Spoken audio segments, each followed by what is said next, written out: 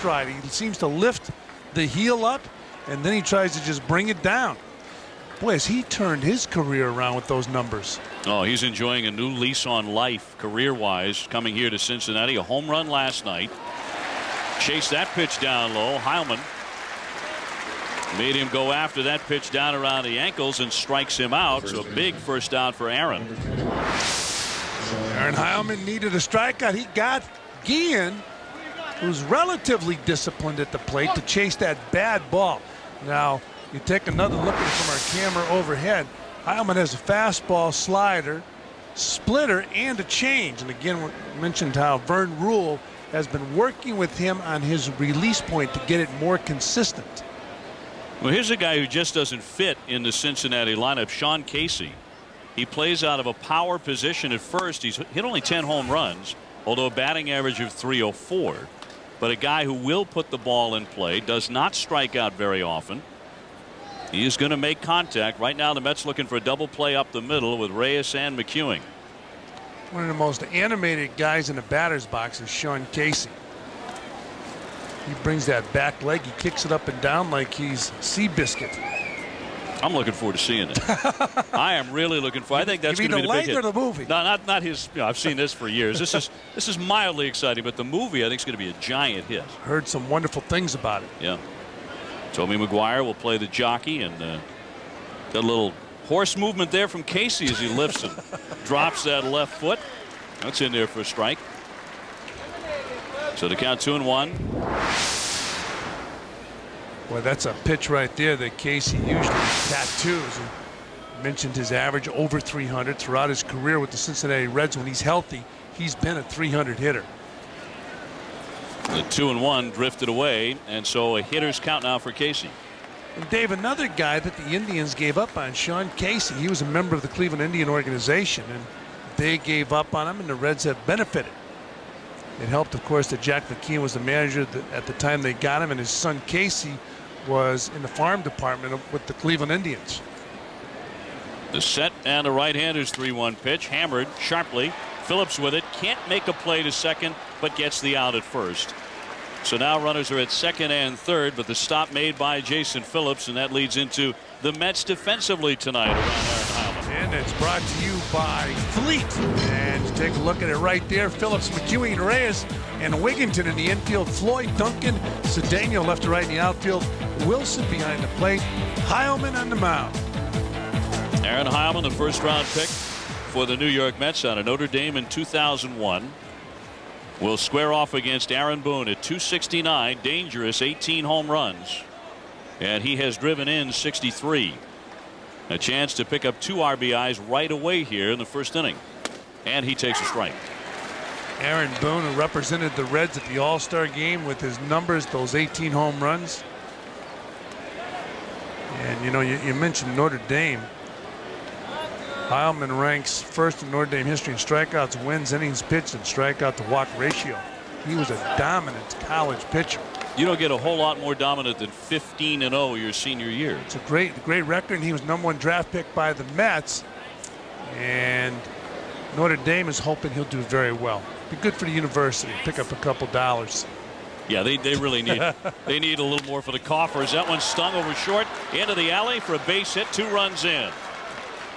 So Jimenez scores and Dunn scores, and it's a 2-run single for Aaron Boone.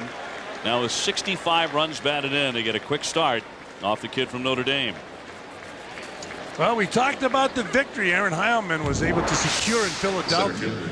The W is the most important thing right here. Aaron Boone picks up a big hit with 2 outs. Runners on second and third. And the Reds jump out to a 2-0 lead here at Shea in the first inning. Well, Heilman has already faced Cincinnati once this year. That did not go very well. It was in Cincinnati on the 6th of July. He gave up 5 runs over 4 innings, although the Mets rallied to win that game 7-5. And remember how this one started with the hit batsman. Jimenez taking it off the shoulder.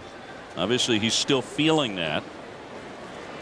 Took him quite a while to eventually make his way to first base. The batter, Ruben Mateo, he's hitting .216 with 3 home runs. They've got him in center field. Ken Griffey Jr.'s old spot, but you won't see Jr. the rest of the season after that awful ankle injury. Well, you wonder if his career continues on the path it's on with all these injuries. Will he even get into the Hall of Fame? He's got some great numbers. Take a look at this injury. And you know, when you watch this, you realize how vulnerable he is in his legs, because he's had a lot of trouble with his legs. You're right about when you watch the tape, it didn't look like anything terribly seriously went wrong there, but he ruptured that tendon and it came right off the bone. It was bad. It's almost like his legs, from the waist down, the legs are a lot older than what Ken Griffey really is, because he's had severe problems with his legs. In fact, to the point where Bob Boone wanted to trade him to the San Diego Padres. Imagine that as the runner goes. That's in there for a strike, and it's dropped by Vance Wilson. So it'll be a stolen base for Aaron Boone. He's down into scoring position. One thing Vance Wilson was doing prior to the game today, he was out early with Jason Phillips throwing to second base. Good jump by Aaron Boone. He's watching that ball all the way. Good ball to throw on and just couldn't get the handle. So Boone with a theft, and here comes the 3-1 to Mateo. Another 3-ball count in the inning. That one's stoked into the gap. That'll split Cedeno and Duncan. Drop and roll all the way to the fence. Another run is in. Boone scores, and pulling up and into second base as the throw comes into third. That's Ruben Mateo with an RBI 2-base hit. 3-0 Cincinnati.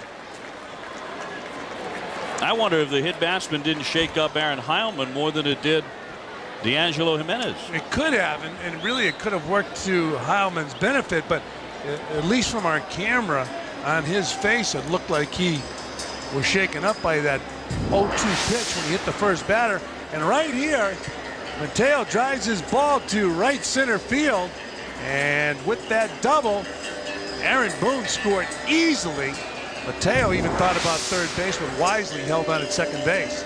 Well, this is going to happen when you're getting behind one hitter after another, as he has. He's had 3-ball counts throughout the first 6 or 7 hitters.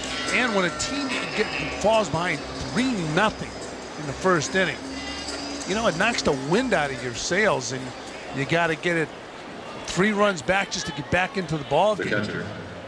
So that'll bring up Jason LaRue. He's hitting just .234, but with 11 home runs. The Cincinnati catcher. He's on a long slide, just 7 hits in his last 46 at bats. He takes ball 1. Cincinnati, well, they've lost 16 of their last 20 games since the All-Star break, and you could have argued at the break they were still in it in the Central Division. Since the break, Boone's team has lost 8 out of 9. You know how many times a catcher on this ball club would be second guessed when the team is losing? You've got a former catcher and a real good catcher who's your manager. And they are going to look out there at all the pitches you're calling. As you can see, in the first inning, Reds outscored by 36 runs this season. And that includes the 3 tonight. So they haven't been all that good in the first inning, although they are this evening with 3 hits against Heilman. They've been better late in the game. They've had a few walk-off victories this year, which is probably not good for the nervous system. Mateo getting his lead at second. That one flying into center field, not deep. Here comes Duncan, and he puts it away for the 3rd out. But Heilman gives up 3 runs. It started by hitting the man right away and went downhill from there. 3-0 Cincinnati. There's a new name. Sharon? In daytime. Yay! The Sharon Osbourne Show premieres September 15th. Yay! I just love that man. Only on the WB11. For 40 years, 2 men have called the shots at Shea. These living legends have garnered plaudits, plates, and plaques, and now the highest of honors, their own bobble. They grace the booths. Now Ralph and Bob will bobble for you. On Sunday, July 27th, the first 35,000 adults 13 and over will grab a double bobble courtesy of Toyota. For tickets, call 718-507-TIXX or log on to METS.com. Bobble, bobble. That's the Red start of the right-hander Jose Acevedo. He has 3 runs to work with as he gets started here in the first inning.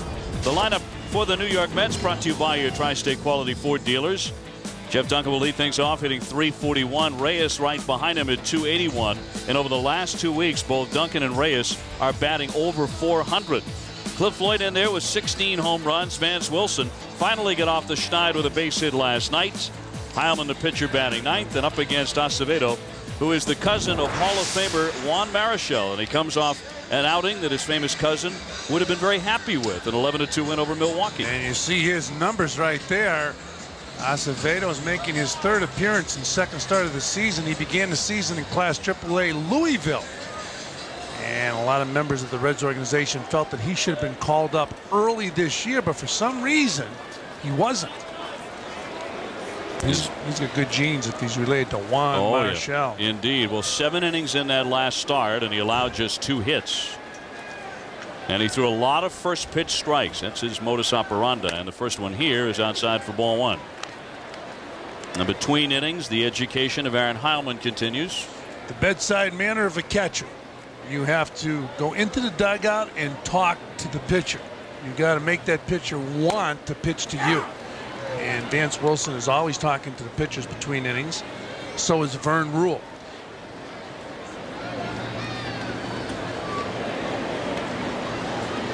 You can never allow a pitcher to realize your most important thing for you is your hitting. Duncan trying to bunt, pops that one back out of play. You were talking last night about the drag bunting that both Duncan and Reyes had been working on, trying to get that ball down on the deck. Yesterday afternoon, they were out here about 3:30 working on the drag bunt with Gary Pettis and Mac Galante. And last night, Duncan did it, Reyes did it. They have been trying to put the ball on the ground. It's going to do nothing but help them because it'll bring that defense in, and then they can slap the ball by the defense. Here's it right now. You know what? If Duncan had confidence in putting the ball down, he'd have a base hit. He takes strike 3 instead. Acevedo gets him looking. 1 gone here in the Met first inning.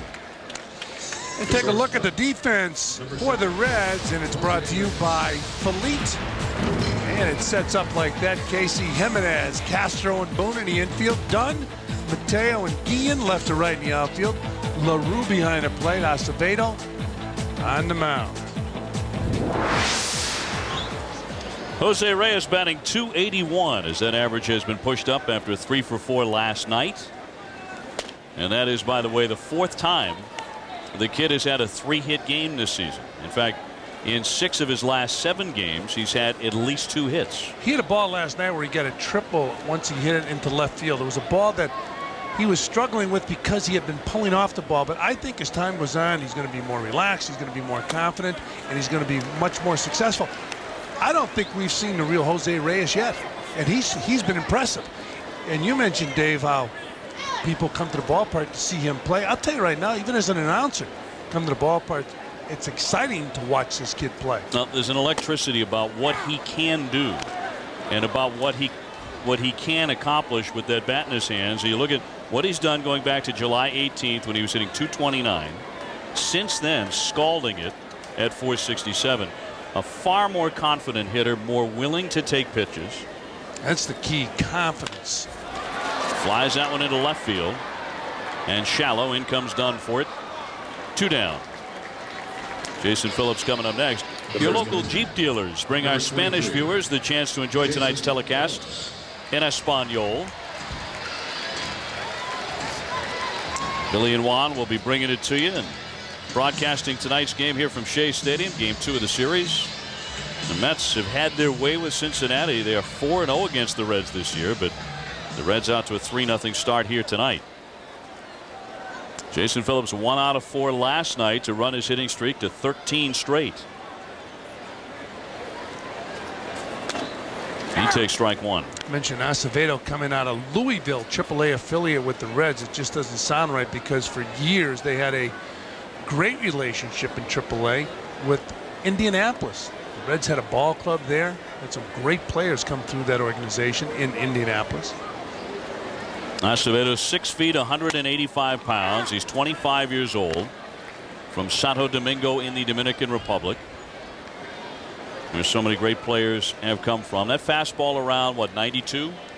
He throws the ball. He gets the ball in the low 90s. And you mentioned Juan Marichal, who's a relative of Acevedo from the Dominican Republic. And whoa, Under the chin to Mr. Phillips and knocks that helmet right off. Could it be payback? I thought the ball was unintentional to Jimenez, the second baseman, who was hit in the shoulder, and it was an 0-2 fastball. You know what? You got to give them the inside part of the plate, or they're going to take it. That was close. Now that's chin music. I think that's a hallmark reading right there. Yes, I think it that's is. a purpose pitch. You also got a hot hitter up there who swings right through it, and down he goes. Phillips with a bit of a glare out there for Acevedo. Well, let's see if they pay back again.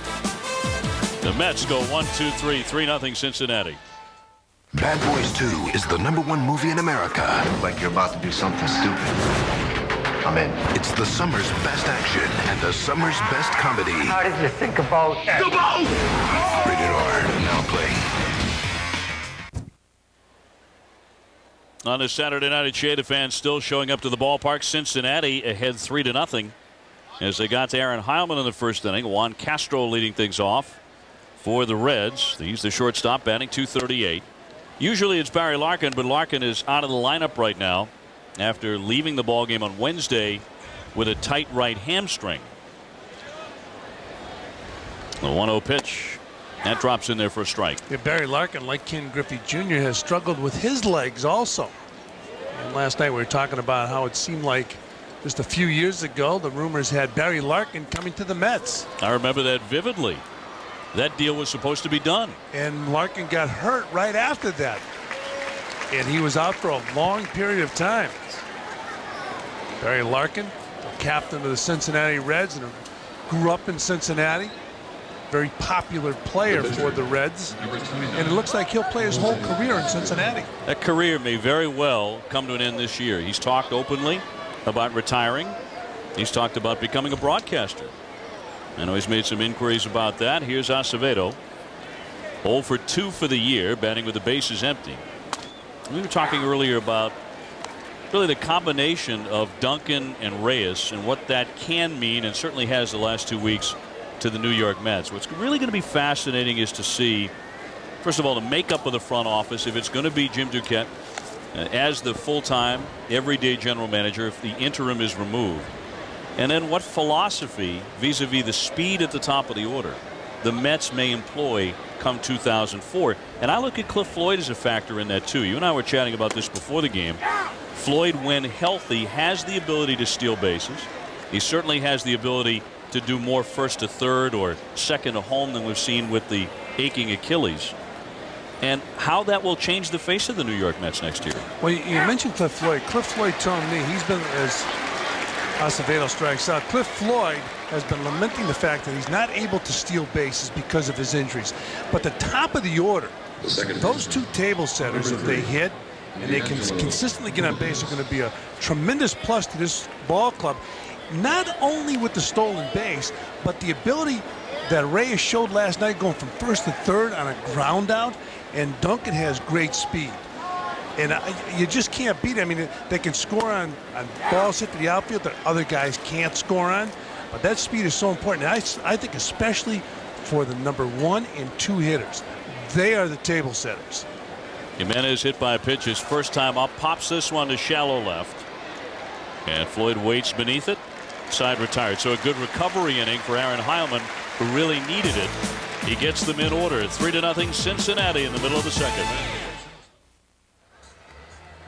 Welcome back to Shea Stadium. Reds leading the Mets 3-0. Certainly been a rough year for the Mets injury-wise, but the team getting a bit of good news last night. Timo Perez had an MRI done on that strained left calf, and it came back negative. Now that's good news because Timo's been hot. He's hitting almost 400 in his last 13 games. So while Timo's not in the starting lineup tonight, you could see him before this one's through, guys. Back upstairs to you. Sean, thank you. Yeah, he's very hot. How come you're not hot? You're the only guy in the ballpark wearing a jacket. What the heck? You should be sweating bullets over there. It's actually cooled off quite a bit. Yeah, you're built differently than the rest of us, Sean. There's no question. I'm taking it off. Please, just for our sake. Well, here's a guy who was sweating a lot last night before the game ever started. And Fran, you were talking about it. Cliff Floyd, he actually had to leave the game after the 6th inning. He was a little bit dizzy. He hadn't had anything really substantial to eat, he said, before the game. and he was a little dehydrated. Yeah, and the Mets got in at 3 o'clock in the morning from Montreal. And Art House said he thinks that type of a trip had an adverse effect on Cliff Floyd as you take a look at the weather. Very muggy, it feels like, but there it says 43%. To me, especially watching Sean, I feel muggy. That one misses the outside corner. Fran Healy along with Dave O'Brien and Sean Kimmerling and Tom Seaver away at Cooperstown for the festivities involving the kid Gary Carter and Eddie Murray. They go into the Hall of Fame this weekend. And keep in mind, Tuesday night here at Shea Stadium, New York Mets and Steiner Sports present Gary Carter night. This one driven deep to dead center.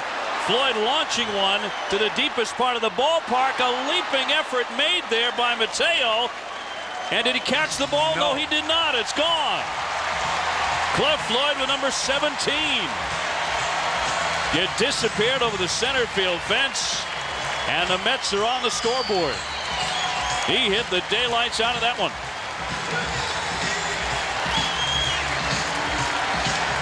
That was pretty good deep job there, I thought, by Mateo. I thought he caught it. The way he came back down like he was as relaxed as could be. Usually when you catch it, you're jumping around out there showing the ball. Take a look at it again. Cliff Floyd gets a pitch, and he drives it over the 410 mark in straightaway center field. That was close. Again, Mateo gets back. He gets up. Just can't get it. So Cliff Floyd goes deep, and the Mets are on the board. Roger Cedeno takes up and away for a ball. You're right. Usually the giveaway is he's jumping up and down and doing the celebrating. Not this time. You wonder if he was able to get back to the wall and then jump as high as he could when he brought that ball back. In there for a strike on Roger. So Cliff Floyd. Now he has a reason to sweat. Yeah, I hope he's getting plenty of fluids tonight. It's 3-1 Cincinnati. Cliff had gone 0 for 3 last night. Didn't get a chance to play the entire affair. 1-1 pitch. Hammer, that's fair. Just inside third and down the line. Cedeno looking for 2 bases, and Dunn actually slipped on the seat of his pants. But I think Cedeno has 2 all the way in any event. He gets himself to second. That was a genuine worm killer. That never even bounced. Watch this ball pop off the bat of Roger Cedeno. Ball is out over the plate. And as Dave O'Brien mentioned, that ball just hugged the ground all the way down the left field line. And Adam Dunn said, whoops, and flips the ball in as Cedeno easily gets into second base with the double. He had 3 hits last night, all of them singles. He started the night hitting over 300 against Cincinnati in his career. So the Mets looking to climb right back in it. They were down 3-0. Here's Ty Wigginton. He hammers that one down the right field line, but foul. And we were talking about Gary Carter going into the Hall of Fame in an event coming up at Shea. Gary Carter night, Tuesday, July 29th. Be there on Tuesday night as the Mets honor Gary Carter on field fresh off his Hall of Fame trip to Cooperstown. The first 20,000 fans will receive a free 8x10 photo of Gary Carter, compliments of Steiner Sports. So make sure to head to the ballpark early for the exciting pre-game festivities. And that's honoring Gary Carter Tuesday night. So the kid goes into the Hall of Fame tomorrow, and he'll be here Tuesday night for the festivities. Short drive down from Cooperstown, right? Fouled back by Ty Wigginton. He was 1 for 4 in game 1 yesterday. It's a big weekend up there in Cooperstown. As Dave mentioned, Tom Seaver's up there, Ralph Kiner's up there. Cliff Floyd would like to be there, but he will be here tomorrow afternoon against these Reds. They're trying to catch the Reds right now.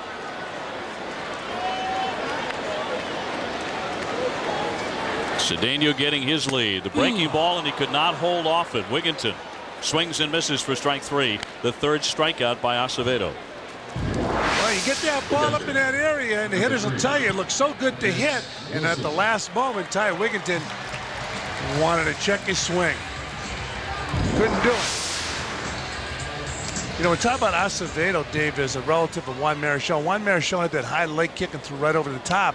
A lot of people don't know this, but when Juan Marichal was in the minor leagues, he was a sidearm pitcher. Really? Yeah, nobody messed with him. And then a guy named Andy Gilbert, who managed the Springfield Giants in Springfield, Mass., told him, you won't get left-handers out unless you throw over the top.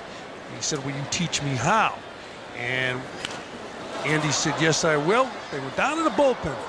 And on that day, he showed him how to throw over the top, and the only way he could do it was with the high leg kick. He never had that until he tried to throw over the top. So that trademark kick of his was born on that day. Born on that day, and if you can believe it, it's because Andy Gilbert, who was a longtime minor league manager, wanted him to throw over the top. And he's up at the Hall of Fame this weekend also. Vance Wilson takes one inside around the elbow. He's hitting .256. Had a base hit late last night, breaking that 0 for 28 streak. And he's had good luck against Cincinnati. Not much of a basis, only 11 at bats for the year, but he's 6 out of 11. Cedeno after that double at second, and he flirted with a stolen base, came darting away, and that stopped Acevedo and nearly forced him into a balk. One of the biggest surprises I've seen in a few years is how Roger Cedeno has shut it down. His first year when he stole 66 bases with the Mets, early that year, the way he was stealing bases, I thought he was going to go after the century mark. Bunted, and a surprise bunt by Vance Wilson. Acevedo gets to it and throws him out. Down to third, Roger Cedeno. He's bunting for a hit there. And if he pushes that down the third base line instead of so close to the pitcher's mound, he probably does have a hit. Oh, he broke the slump last night, but right there, he just bunted the ball in the wrong direction. When you're not speedy, you got to be perfect with that bunted ball. And Vance Wilson wasn't perfect, and they threw him out at first base. So 2 down, a runner at third for Joe McEwing. Joe batting .240 with a homer, 9 runs driven in. 3-1 Cincinnati, and they're going to walk him to pitch to Heilman instead. So McEwing will get an intentional pass. And hey, back to Cedeno and your point about what happened to the stolen bases. What happened to the aggressiveness on the base pass? I think a lot of Met fans are wondering the exact same thing. You think a lot of it was a weight issue? Oh, absolutely. That's one of the reasons. I also feel he lost his confidence in stealing bases because when you get thrown out a couple times, you can lose your confidence, and I think that happened. But you know, he showed up after signing a new contract with the Mets with 20 extra pounds.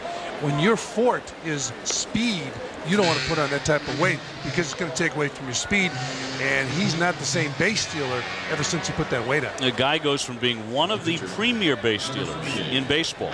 He did it in the American League, he did it in the National League. I thought, Dave, I'm telling you, I thought that he was going to steal 100 bases that year. Right after the halfway mark, he became more passive on the bases, and then he went away. He ended up in Texas with Houston and then Detroit.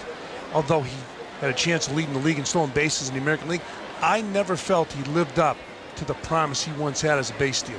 No question about that as Heilman takes a strike. Aaron for the year 0 for 9. He has struck out 7 times. So Boone elects to pitch to him for the obvious reason with runners at first and third here. A run in on a colossal home run by Cliff Floyd. Around that 410 mark in center field. He chased one up out of the zone, and it's quickly 0-2. Boy, it's so important for pitchers to really try and work on their offensive game because in a situation like this, a base hit, you pick up another run. You don't want to be an out man, but for some reason, a lot of pitchers feel they are out men. Although in amateur ball, most of them were very good hitters. 2 out, and here comes the 0-2 pitch. He fouled it back, just got a piece of it. One thing the Mets know, and I'm sure that Art Howe has gotten that into his hitters' heads tonight. This one went right back and got our camera guy. Shook him up a little bit. They know that Acevedo is going to be in the strike zone. So you're going to see pitches to swing at. Up and down the lineup. That one a little bit high, makes it 1 ball, 2 strikes.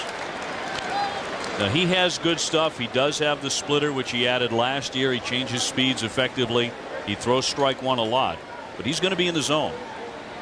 Don Gullett, the pitching coach, who was an overpowering pitcher when he played, and when you're facing a pitcher who's in that strike zone. Little trickler, swinging bunt, that might mean a run. The throw to first in time. A great play by LaRue. That was a great play because he had Acevedo charging. Outstanding play by LaRue. Well, Cliff Floyd cleared everything, including Mateo's glove, to get the Mets on the board.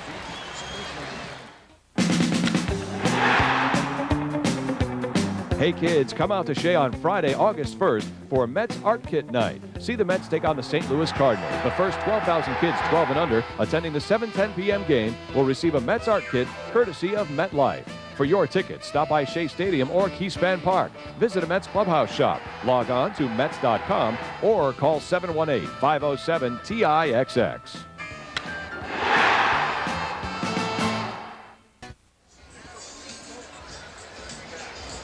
Catcher Jason LaRue making the defensive play of the game so far. A wonderful effort. He came springing out behind that plate. And watch this job as Heilman on the swinging bunt. Maybe thinking he's got an RBI and a base hit. Boy, that's an outstanding play by LaRue because Acevedo was charging. So LaRue went down on his knee.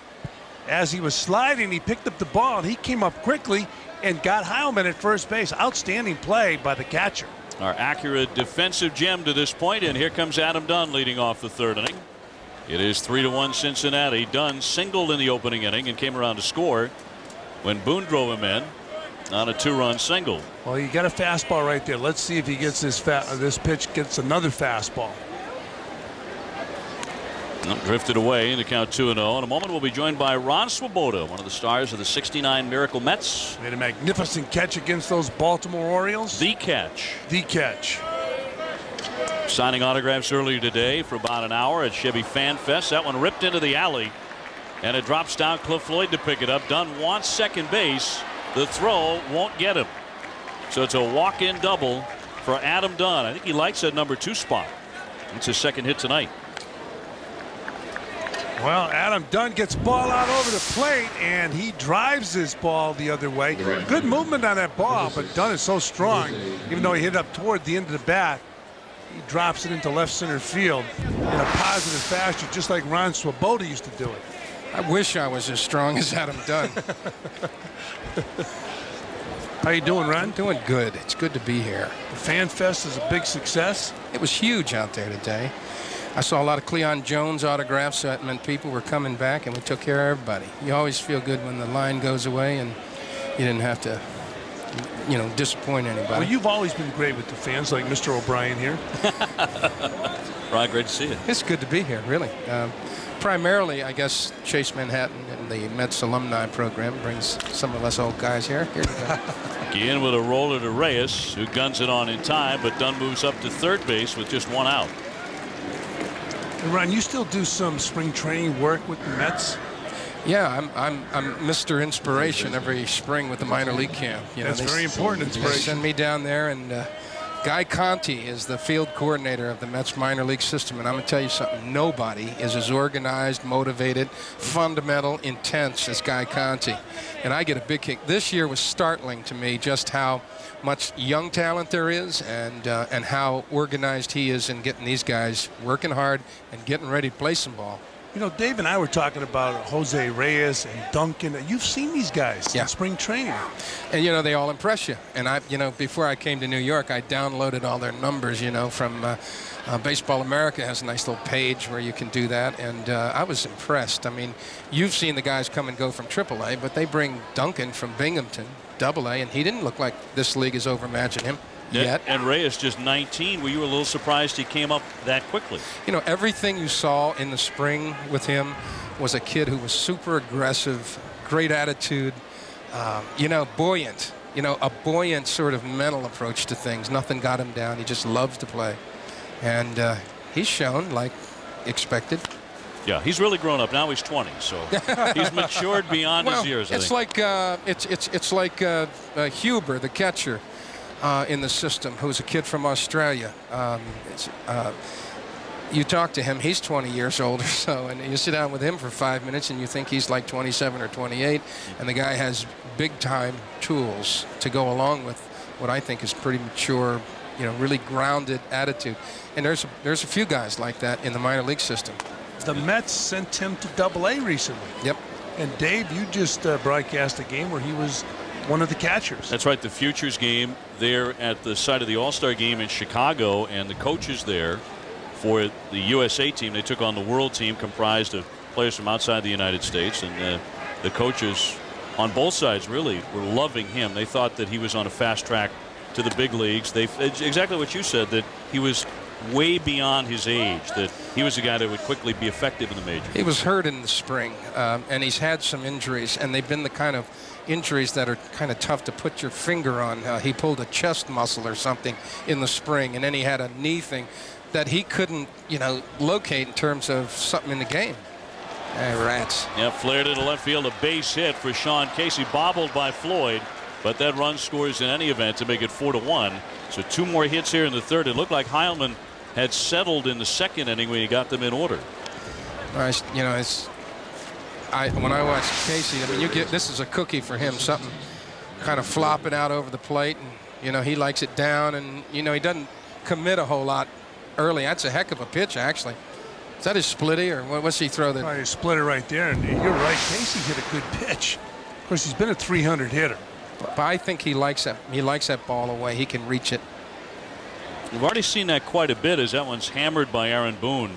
A number of pitches, I'd say out of the strike zone down low, that they've chased and have plucked those balls and hit them the other way.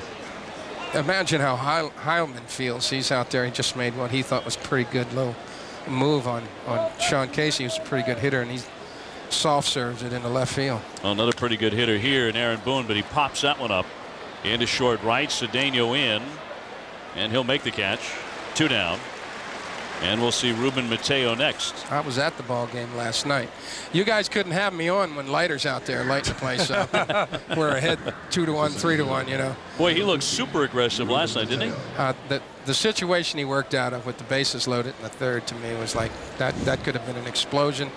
He came right after Dunn and struck him out when he needed to. And I thought he's looked really strong. His stuff has looked a lot sharper coming off the DL. There's a swing and a high drive into left field, but Floyd saunters back, has plenty of room, and makes the catch. Ron Swoboda joining us in the booth. Delighted to have him for several more innings. And along with Fran Healy, I'm Dave O'Brien. Heilman down 4-1. Here's your chance to make your big league dreams come true. Suit up and play with Mets all-time greats at the official New York Mets Fantasy Camp. You can spend 5 days and 4 nights at the Mets Spring Training Facility in Port St. Lucie. Take the field in your very own personalized Mets uniform. You'll be coached by the pros in the fundamentals. Secure your place in the lineup today by calling 718-559-3035 or log on to Mets.com. Ron, you're down there, aren't you? I'm there, Fran. And the fact that that's been taken over by the Mets organization, as Jeff Fowles went off there. Here's a kid that, he was having a pretty good year with John Stearns up in Binghamton. Stearns managing the Binghamton AA team, and I saw this kid in spring training. Really gets after the ball. He can go get him in the outfield. He has proven to be a very competent center fielder. In just the couple of weeks that we've been watching Jeff Duncan, he doesn't seem like he's awed by any outfield he's played, and he gets real comfortable out there. I mean, he's shown to me that he's got a little bit of an idea about the strike zone, and he's seeing some fairly decent pitching, and they're learning a little bit about him. But, he'll get pitched to like this, where they run that one borderline up and in, and you think you can hit it, but you can't. No, he chased that one and strikes out for the second time. He's 0 for 2 tonight. But, these two guys really give an entirely different look to the top of your lineup. You remember this stuff, don't you? Watch this one. I'm going to come up with that one. Outstanding. Huh? Look at this one. This is before weightlifting, too. So thin. Huh? Hey, I got that one, didn't I? Huh? Kiss it goodbye. Here's Jose Reyes as he has gone 0 for 1 tonight. He's flied out to left field. Fran was talking about this earlier tonight, that he'd been told that in a foot race, say a 100-yard dash. Yes. If you put Duncan and Reyes and lined them up, a 100-yard dash, that Duncan would actually beat him in a foot race. No, Reyes would beat Duncan. That one off of the diving Boone, he knocked it down. And so Reyes is going to reach base at first. Look at that play. I'll tell you what. He's having a lot of fun playing this game. He's delighted by everything. I saw him the other night when he made the base running mistake, when he rounded second a little a little broadly for AstroTurf, and they caught him between. But you know something? I think Art Howe's probably handling it the right way. You're not going to do anything to take any of his aggressiveness away. He's in a position right now with his team in the current state where he can play and make his mistakes, and he'll learn and be better, period. Nope, he's got himself another base hit, and I think what a lot of fans want to see, we were talking about Cedeno earlier, the disappointment in the stolen bases not being there. But with Reyes, you're seeing a guy getting more and more confident stealing bases. First couple of weeks, he didn't want to run at all. He was scared to death over there. Just turn him loose. Swing and foul back. I think even besides the stolen base, which is very important, but just the speed on the bases, as you know, Ron, it gets you anxious when you're on defense. Well, last night, perfect example. He's going first to third. He's safe at third last night. You don't have a run on the board. Dunn decides to make a throw over there and airmails it up against the tarp, and he walks home with a run. Now he caused that to happen. Well, you get a good contact man in the batter's box, speed at first base. We'll see if there's anything on here. The runner goes, and it's right through the hole for a base hit. And look at Reyes heading into third. Yeah. Well, there it is on display as he goes first to third on the single by Phillips. Well, head first slide, but he didn't need to do that. Another thing you want to learn here, this is probably the run and hit, you know what I mean? If it's a good pitch, and you know, you got to be impressed too with Jason Phillips and the job he's done. Just stick him out 14 there in a row now. Yeah, 14 straight. He's a contact hitter. Last night they started a guy, and he hit the ball, drove in a big run, number 3 run, reached out there and got just enough of it. He's been red hot. By the way, we just had a shot of some quick feet. Did you see that shot of Reyes? The camera was on his feet. How quickly he got going. Oh, he's tying his shoes at third base. Here's Cliff Floyd, who hammered one over the center field fence. His first time up facing Jose Acevedo. Mentioned Reyes yesterday was out with Duncan working on the drag bunt. Today he was out taking ground balls earlier today with Mac Galante. Phillips is over at first base. The coaches today are going to have to instruct more so in the major leagues than ever before. Yeah, I think so. When you got 10 rookies on this team, so you know you're going to have to create a teaching environment. But the good thing is, I think they're coming from from a minor league system that now is teaching hard. High fly ball, not deep, and Guillen in right field looking to put it away, but the catch made by Mateo. Reyes comes screaming home with the second run of the night for the Mets. He likes to hit that dirt, doesn't he?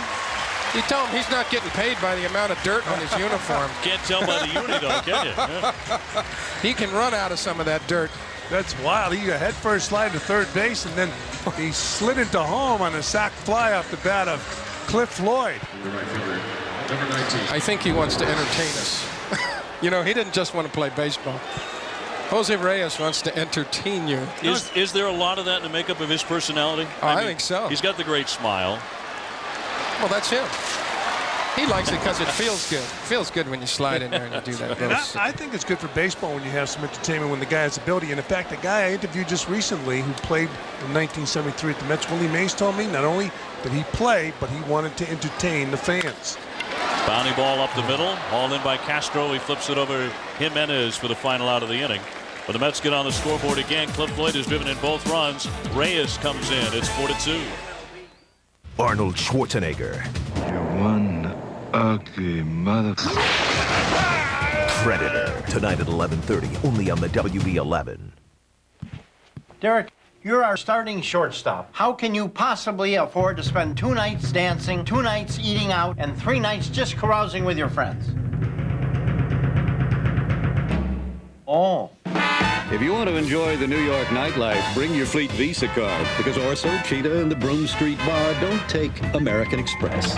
Visa, it's everywhere you want to be. Apply today for a Fleet credit or total access check card. Call 1-800-CALL-FLEET. Here's a look at the New York Mets upcoming schedule. It's brought to you by your Honda dealers. And one note here, this Milwaukee series on your pocket schedule, and Fran has always shown me his. He's very proud of it. Yes, I am. It's a 3-game series with Milwaukee, but it's actually going to be a 4-game series. That's why I have that new pocket schedule. Monday night's a makeup game, 7 o'clock on Fox Sports Net. You see MSG, Fox Sports. And don't forget tomorrow right here on WB11, Reds and the Mets. Jason LaRue knocks that one off the mound, and McEwen can't quite reach it on his sliding effort. So it's a base hit for LaRue to begin the 4th inning against Heilman. You know, Fran Healy was talking about Willie Mays entertaining. He didn't just entertain the people in the seats. When I was first on the field with him in 1965, I couldn't take my eyes off him. It's amazing. Everything he did, I wanted to see it. Even his teammates were the same way. When I was with the Giants in the early 70s, he was 40 years old. And guys would watch him do things at 40 years old that you wouldn't see from anybody else. A very smart player, not only, you know, just completely unique in a lot of the ways he did things. I think everyone's aware who had not seen Willie play about the great catches, the basket catches. But what was it about him, aside from the great power? We're talking about 660 major league home runs. That pitch down into the dirt on Castro. He had 52 in the National League my rookie season. That'll get your attention. And a few of them are against us. I'll tell you something he did. I never saw it before. I haven't seen it since. And when I tell former players, they get a big kick out of it. He went from first to 30. He was 40 years old, and we were playing the Cubs. The ball's dead. The manager comes out. He said he missed second base, so the ball's dead. The pitcher has to put it back in play.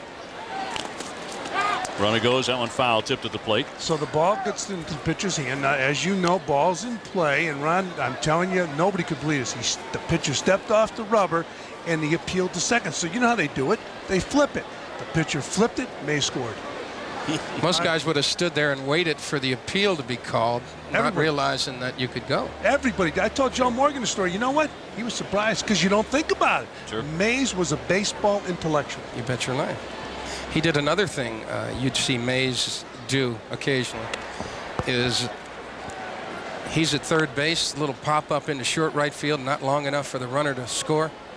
You come in the right field, you catch the ball, you tra-la-la, and the runner at first, if there was a runner at first base you needed for this play, the runner at first base would take off. If it was Mays, he took off. You turn to throw to second base, and that's timed with the runner at third. He scores easy with, you know, less than 2 outs. Wigginton charges, and he throws out Castro as LaRue moves up to second. When the Giants used to come in here to Shea Stadium, the place would be packed. And I heard a story before I got with the Giants. They had a backup player, and the game was out of reach, so the manager wanted to get Willie out of the game instead of letting him bat his last at bat. So he told the kid, go up and hit for him. He said, I'm not going out there. They'll kill me if I go out and hit for him. I'll tell you what Mays did, too. He set up pitchers. Now, how many hitters? You know, some young kid says, I'm going to start him off with a breaking ball, and Mays would swing at it and practically fall down. And the pitcher would put it in the back of his mind. Yep. He'll see that pitch again, and Mays is like, yeah, I'll see that pitch again. And when he did, he roped it. Well, he was special. Jerry Kuzman told me a story recently that his first game in the big leagues, the first 3 guys he faced, loaded the bases up. He looked in, and who was standing there but Willie Mays, and he thought, I could be a farmer right now in Minnesota. A lot easier than that, yeah. It was our home opener against the Giants. He loads them up, and you got the throw to their lineup coming right at you. You're like, boys, this one may not work out too good. And I think he struck out the side or got all 3 of them out, and they did not score. And, you know, of course, Kuzman is Kuzman. He's a great pitcher. He didn't take any weak stuff out there either. Runner at second, cut on and missed by the pitcher, Acevedo. And I've heard it said about Michael Jordan. It's been written about Michael that they're physical geniuses who play professional sports. Michael was one of those guys. You put Willie Mays in that same class? Oh, yeah. Sure. Oh, he was special. Well, is that a sideways slap, a physical genius? In other words, he was smart and had the tools to go with it? You know, I don't think so. As Acevedo swings and misses, I think the point is that what he can do with his body reaches the level of genius. It does not discount where he is from the chin up. Obviously, he's tremendously smart, and Ben Jordan the same way. Well, there's a lot of attitudes that have changed, and some of them are racial in this game. There was lingering when I played in the 60s. There was this lingering notion that black guys, you know, great athletes, great physical specimens, but weren't as smart. And I'm playing against Bob Gibson, Lou Brock, Kurt Flood. You tell me these are sharp, smart guys and know how to play the game. Willie Mays, Willie McCovey. Sure. You know, and so, I mean, there were a lot of notions that circulated that were entirely wrong. And, of course, history and the game have disproven all of it. D'Angelo Jimenez has been hit by a pitch. He's also flied out of the leadoff spot tonight. He scored the first run of the contest. It is 4-2 Cincinnati. What else is interesting is that I've noted, you know, the rise of the Latin players. Latin players were marginalized when I first came to the big leagues because they just had no buddies, no pals. The game wasn't as ready for them as they are now. Today they're taught, or they're offered the opportunity to learn how to speak English. Back then they weren't. But I think because of the Latin players, defense has become exciting. Yep. They're able to use that glove the way the glove was made to be used. Oh, and play with a flair. That's it. Not just play. Is this one comes a souvenir. Jimenez, the guy acquired from the Chicago White Sox for right-hand pitcher Scott Dunn. That was back on July 6th. And in fact, he comes into this game having hit in 15 consecutive games. Not only that, his first 15 as a Cincinnati Red, which had never before been done in the history of their franchise. They said the other 3 teams he has been with, he was criticized for his work ethic. I mean, I guess that means he was lazy. Yeah. Well, that was the notion. Yeah, that was the notion. Sometimes that's the influence. 2-2 popped up, and Reyes with plenty of time to get underneath it. And the side is retired. 1 hit and 1 man left. Heilman trying to recover here, middle of the 4th, 4-2 Cincinnati. Amazing, explosive, spectacular. It is time. Terminator 3, Rise of the Machines. Rated R. Now playing. This is where Fran and Ron are headed along with me as soon as we get wrapped up here tonight. As soon as we can down to the concession stands here at Shea Stadium. Nice to have you with us on this Saturday evening as the Mets take on the Cincinnati Reds in Game 2 of the series. Here's your local Hyundai dealers presenting the report fresh from the farm, and we center on Royce Ring that the Mets got from the Chicago White Sox in the Robbie Alomar deal. Look at that, 4 saves, a .225 earned run average so far. And John Stearns has been raving about him. So they're using that minor league system. Stearns usually raving about something. Yes, he is. I love it, man. There's a guy that, I mean, he lives and dies every inning, every game. And I think he's a great guy to have your minor league guys around because it's important to him. We give him some pizzazz and nothing else. You better play with some heart around John or you're going to have to watch a little. You know, we were talking about some of the kids coming out of minor leagues like Reyes. A couple of years ago, the Mets loved Reyes, but they didn't want to expose him the way he's exposed now because they wanted to protect him. I guess you can only protect that talent for so long. Cut on and miss, strike 3. Ty Wigginton a little behind the pitch. He strikes out for the 2nd time. Acevedo's got some impressive stuff here. He just blows some heat by him up and away. You know, Wiggs is a fastball hitter, but that's a little tough to reach there. He had a swing right there, like his body wanted to pull off. He didn't want it to pull off, so he had that lethargic type of swing. He struck out on a pitch out of the strike zone first time up a breaking ball. Acevedo with 5 strikeouts now, and he's a guy that had been pitching out of the bullpen, as Fran pointed out, in the minor leagues. But he went 7 in his last start. He allowed just 2 hits. Cincinnati looks like they found somebody for their rotation here. They felt that he was in Bob Boone's doghouse. You ever been in a manager's doghouse? Well, not undeservedly. Wisdom. The ability to look. I bet it wasn't that way when you were in the doghouse as a player. I was so far in Gil Hodges' doghouse, you had to pump daylight in there. How'd you get there? Was it easy? I was a clown. I was a clown. If Gil didn't want you to do it, I had to do it. It was a challenge. Oh, jeez, he didn't know what to make of me, and and he was a great manager, and all he wanted you to do was act like an adult, and I didn't have that one down either. Another strikeout here as Wilson goes down, swinging 2 away.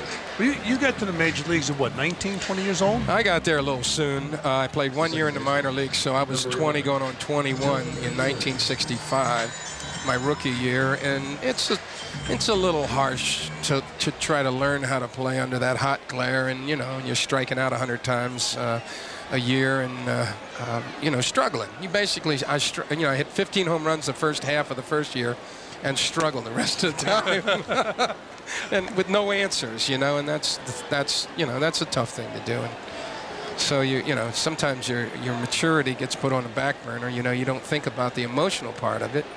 You're just trying to play the game and learn the physical parts of it, but the emotional part is a big connection there. Was it as difficult, you think, breaking in New York when you did it at a young age as it is today for a guy like Reyes or Duncan? I think it's harder. It's harder now when there's some expectations about this franchise, you know, where they were in a World Series in 2000. And, you know, I think back then, shoot, they had lost 100 games in 1962, 1963, 1964. And when I showed up in 65, things didn't change a whole lot. We lost 100 with Casey Stengel managing. So, you know, it was probably a little easier to do it then. Yeah, Well, certainly in Reyes' case, and just the other night, the Mets started 6 rookies. He's not alone. And that has to help, doesn't it? I mean, the expectations are no longer, well, you're in some sort of a pennant race, and within the next couple of years, you've got to go to the playoffs to justify the big payroll. That's not the case now. And I think they have a clear understanding. Oh, dog, that's off the plate. And that's strike 3. Acevedo strikes out the side. He gets Wiggins and Wilson and McEwing in this inning. 4-2 the Reds. The man's got a right to protect his property and his life, and we ain't letting no rancher or his lawman take either.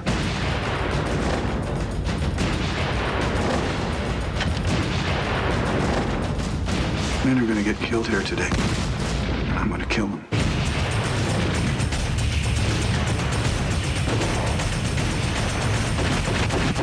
You the one killed our friend? That's right.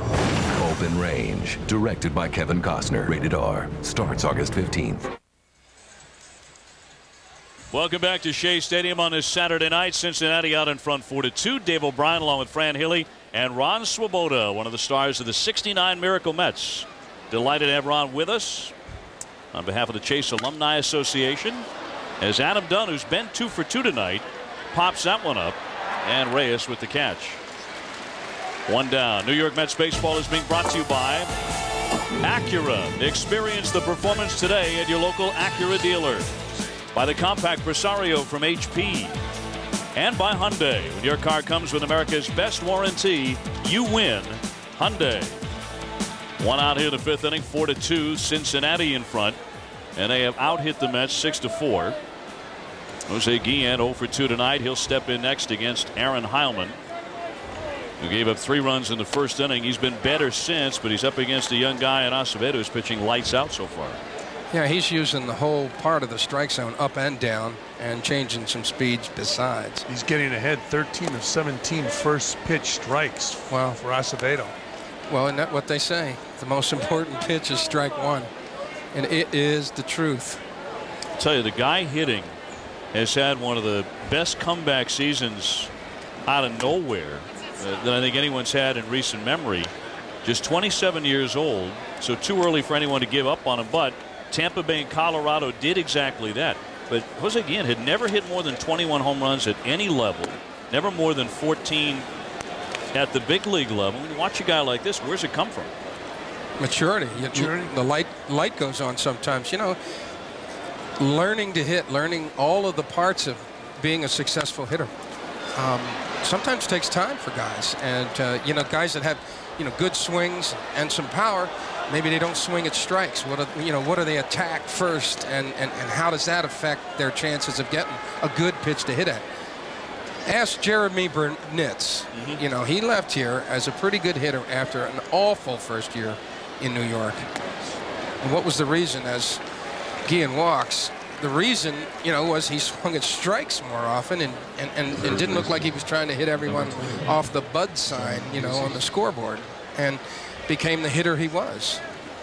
First walk of the game by Heilman as we give you a look at the scores from around baseball today, brought to you by Toyota. Houston wins again. They beat the Cubs 3-1. Big win for the St. Louis Cardinals, trying to keep pace. They have lost Albert Pujols for a couple of games, suspended. Of course, they don't have Matt Morris for 3 to 6 weeks. Marlins out in front of Philadelphia. Atlanta looking to recover from a blown John Smoltz outing last night. We get to say that about once every 3 years, I think. It just doesn't happen, does it? Yeah. When you throw 98 miles an hour with a pretty good breaking ball. What's this breaking ball? Mid-80s? I don't know. It's like awful. And which one? That's nasty stuff. Yeah. You're talking about a splitter, curveball, slider. Sometimes he'll drop down sidearm on that slider. He's amazing. in there for a strike on Sean Casey. What a bold move by Bobby Cox, convincing Smoltz to go to the bullpen. Coming off a arm problem. That was remarkable. But they have their pitching has consistently kept them as a threat in the East. That's why they're in the playoffs year after year. And of course this year, as it swung on and flied into left, here comes Floyd toward the line. He makes the catch. There's only one team in the National League that's hit more home runs than these Reds. That's Atlanta. This is the best offensive team Bobby Cox has had. And how about Bobby Cox managing the team? And this year, if they go to the playoffs, they win a division, it'll be 12 straight years. Yep. Well, you know what? They have just been solidly there. They've kept, they've kept enough pitching, and they've rotated guys in there that can help them out. Aaron Boone, he takes a strike. I think this Kid team. Ramirez, the left-hander, very impressive. Horatio Ramirez, yeah. Yep. They find that other guy to go with, to go with Maddox. The set, the 0-1, lined up the middle. That one actually skipped off second base and slowed it down. Guillen is heading into third, and he dives headlong. It's a good play. It actually hit second base pretty hard, didn't it? So base hit for Boone, his second hit tonight. That one went scorching by Aaron Heilman, and they're on the corners here with 2 away. Aaron Boone. This is one of those get-down jobs. And he has really come on as a hitter. Yeah, that whole family. I love that piece I saw, right after. I think they probably did it at the All-Star game with Ray Boone and Bob Boone and all the Boone boys. I mean, 3 generations of ball players. Boy, that's something to be proud of. And Ray seemed pretty sharp. I watched Ray play when I was a kid, outfielder. There was some talk around the All-Star break, right about the time that piece was done, that Aaron Boone may not be a Cincinnati Red much longer, that he might have been ticketed for the Chicago Cubs. I don't think they ever came very close to making that deal. One of the reasons he's arbitration eligible after this season. It's amazing to look at not only Aaron Boone, but Brett Boone, how they, even in the major leagues, continue to evolve and get better. And Brett Boone is a bona fide home run hitter now. Well, his brothers hit 18. He's driven in 2 runs tonight on a couple of singles. Mateo waiting on the 0-2.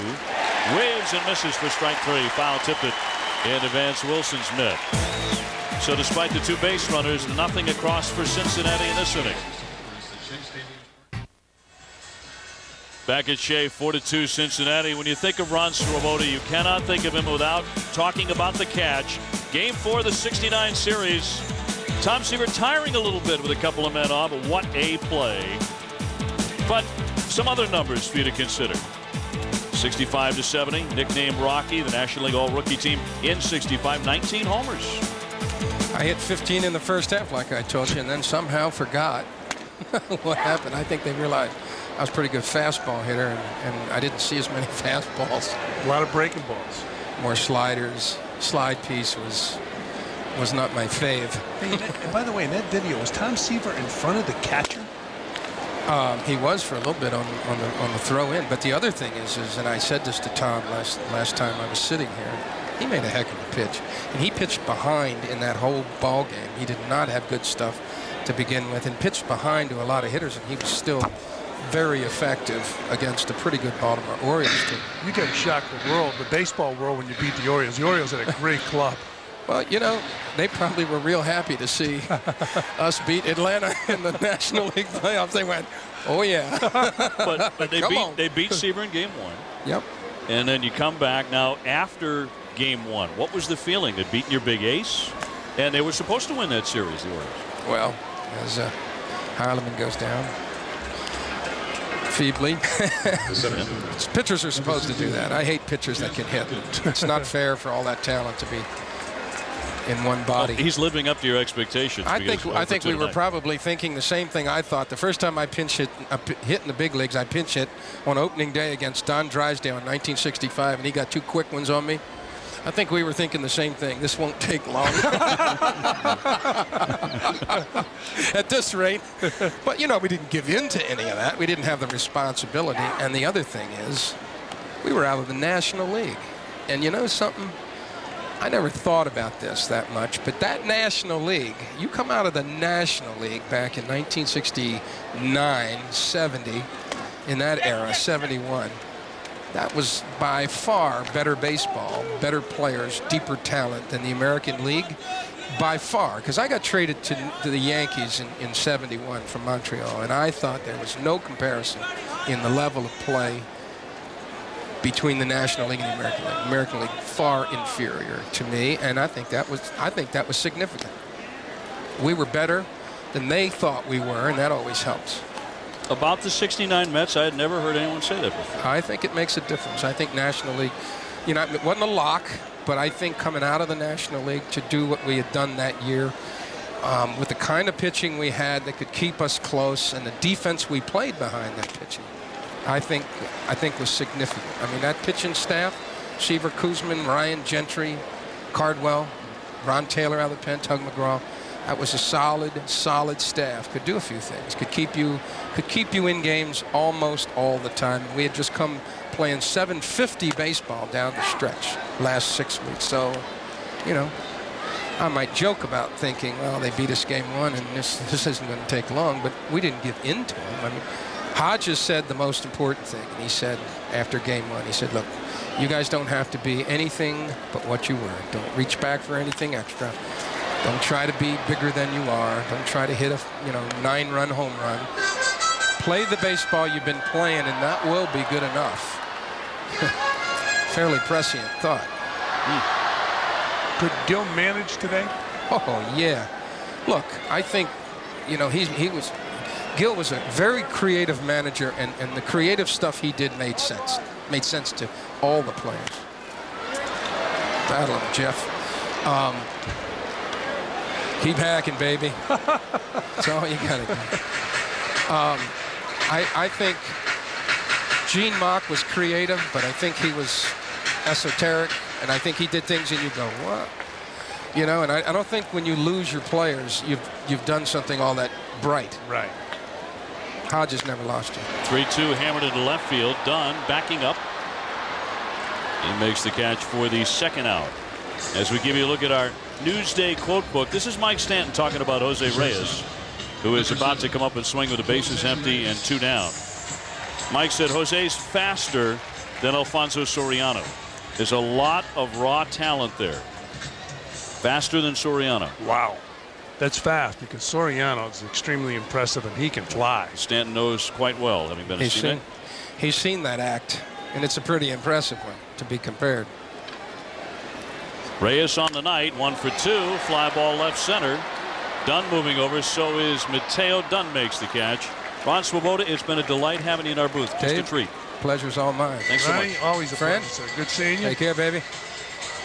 Well, the Mets are down 2. Need something good to happen. Maybe a miracle at the end of 5. 4-2 the Reds. Top half of the 6th inning here in the WB11. It is 4-2 Cincinnati, and they bring up their bottom 3 in the order against Aaron Heilman. And that means Jason LaRue, the number 7 hitter. He's gone 1 for 2 with a single. Swings and fouls the first pitch back for strike 1. Fran, Healy, Dave O'Brien with him. As Tom Seaver enjoys the Hall of Fame festivities. All of those Hall of Fame guys get together during the induction ceremonies, as they are this weekend in Cooperstown. It's a weekend when they forget that they ever made it out. That's right. Or ever gave up a run. That's right. Yeah, Ralph is up there as well, Ralph Kiner. So we hope they have a great weekend. I'm sure they are. And again, congratulations to the kid Gary Carter and Eddie Murray. They are the inductees here in 2003. 1 ball, 2 strikes. Boy, Eddie Murray had some impressive numbers quietly. 19 grand slams, second to Lou Gehrig. 500 home runs, 3,000 hits. Became a switch hitter in AAA. Yeah, that's right. Very late, and was a great clutch hitter for a long time with the Baltimore Orioles. Unfortunately, during his career in Baltimore, Dick Young, the late Dick Young, a sports writer here in New York, wrote about Eddie's family, and whatever it was, I can't recall what it was, it upset Eddie Murray, who up until then was a guy to get along with everybody. But once Dick Young wrote this article, Eddie stopped talking to the media, and worse yet, became cantankerous to most people in the media. 2-2 popped up back out of play. My experiences with Eddie Murray were always very positive. I always thought it was how you approached Eddie. And if you did it with respect for what he had accomplished and for the things that he had meant to the Orioles organization, I always thought he was fine. And I know his teammates, to a man, always said he was one of the best teammates they ever had. Even here at Shea Stadium. By the way, I had the opportunity to interview Eddie here at Shea. He was a terrific interview. I mean, he's outstanding. You know, once you got him talking, you're right. He would, and he never shied away from any question. The players loved him, but for some reason, well, the reason was what Dick Young wrote, and I can't recall exactly what the article was about. And that's unfortunate because Eddie was a nice guy.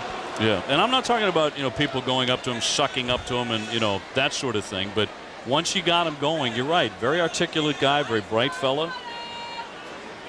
But they carved him up in Baltimore pretty good, too. The 3-2 pitch is outside for ball 4. So LaRue is on here in the 6th inning. And immediately after the game, find out why WB11's News at 10 is the Emmy winner for Best Single Newscast, a 2nd year in a row. Join the team that brings you New York's news tonight, right after the game. In fact, Sean Kimmerling has left us and pulling double duty tonight.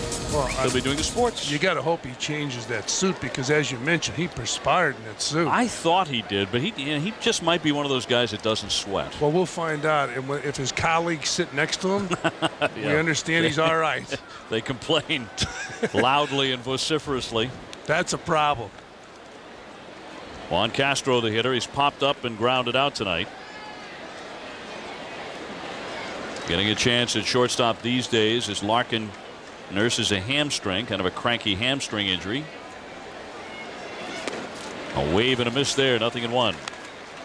Well, Heilman, as you can see, settled down since the first 6 batters. And so important, again, we talked about it the other day in Philadelphia. To get the victory, you build your confidence with victories. You know, if he goes on and he picks up a L in this game and they pat him on the back and they say you settled down, well, that's nice for the moment. But the W, you take it home. That's a cross for a called strike, 0-2. Heilman wants to bring down that ERA, which is at 7.18 coming in. So he's got to rely on those teammates not only defensively but offensively to come back, try to get him the W. The 0-2 stopped by Wilson. We were talking about the Reds earlier and how mightily they have scuffled. They were in the race. They were hovering around 3rd and 4th place, but they were only 5 or 6 games out in the Central. They've taken a wicked tumble lately, losing 16 out of 20. And at their ballpark, their new park, Great American Park, they have gone 7-20 in their last 27 games, as the bottom has fallen out on the Reds. Well, we mentioned earlier, Dave, how they've lived with the home run. Unfortunately, they have to live with the strikeouts. And to throw in something else, the Reds lead the major leagues with 98 errors and rank last in the majors in fielding percentage. So they've had some exciting times because of the walk-off home run in Cincinnati, but not enough to stay in the race. Punched along first, fair ball and under the glove of Phillips. He did not get down far enough. And now LaRue did not see it roll into the corner. He's late getting started. And Cedeno didn't see him basically come to a complete stop at second base. Now, Roger opted to just get the ball to Joe McEwing. LaRue stopped at second base. Now, earlier this afternoon, Jason Phillips was taking ground balls off the bat of Matt Galante, and Matt was trying to get him away from stabbing at the ball. He wanted him to have soft hands and give with the ball, but that ball stayed down. His glove came up. Now LaRue doesn't even know what's going on. I mean, he looked to the coach for some help, and then he took off. Cedeno just assumed LaRue was over at third base, and he lobbed the ball to Joe McEwing.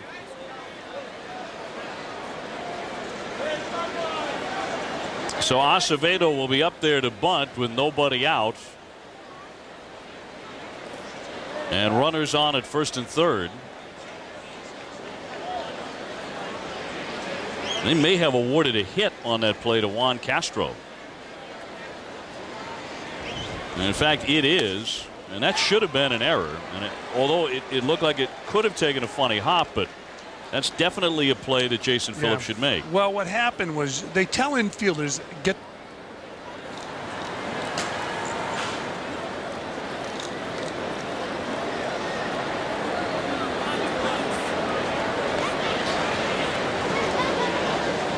Acevedo 0 for 2, fouls that bunt off for strike.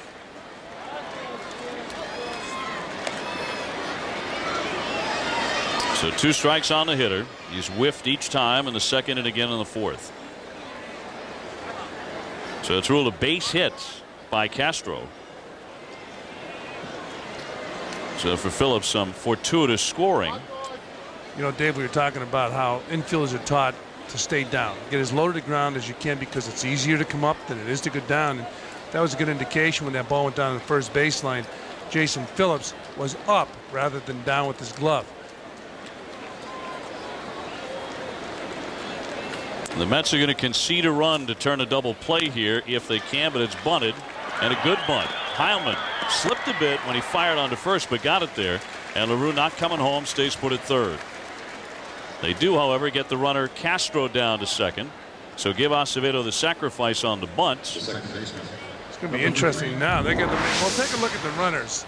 The runner at third base came down the line a little bit, but he realized he can't score. That's LaRue, the catcher.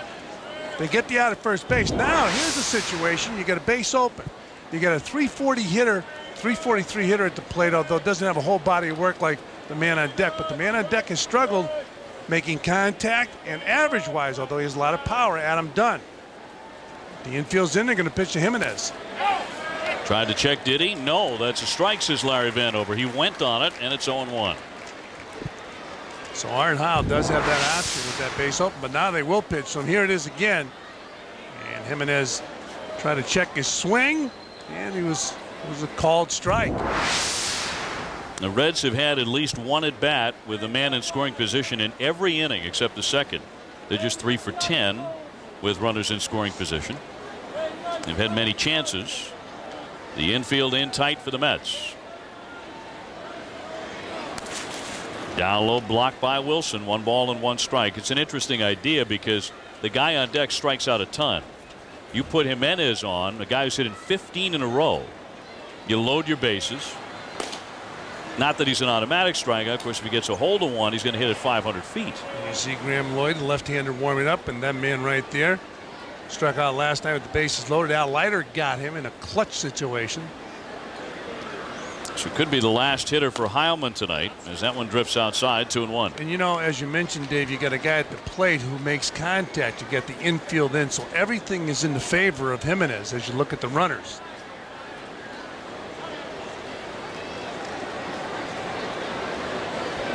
And LaRue and Castro aboard, both in scoring territory.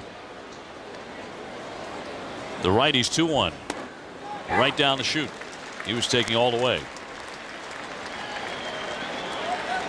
The next pitch for Heilman will be his 100th of this ball game. So he's thrown more pitches than he needs here with 1 down in the 6th.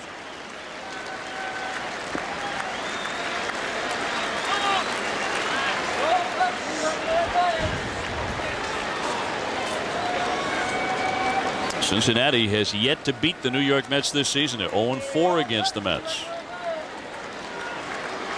That guy is doing his best to change it. Acevedo, he's been very good. Here's the 2-2.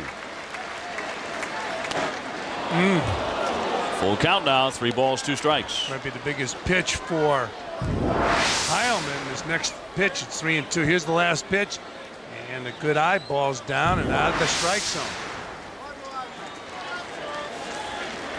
100 pitches.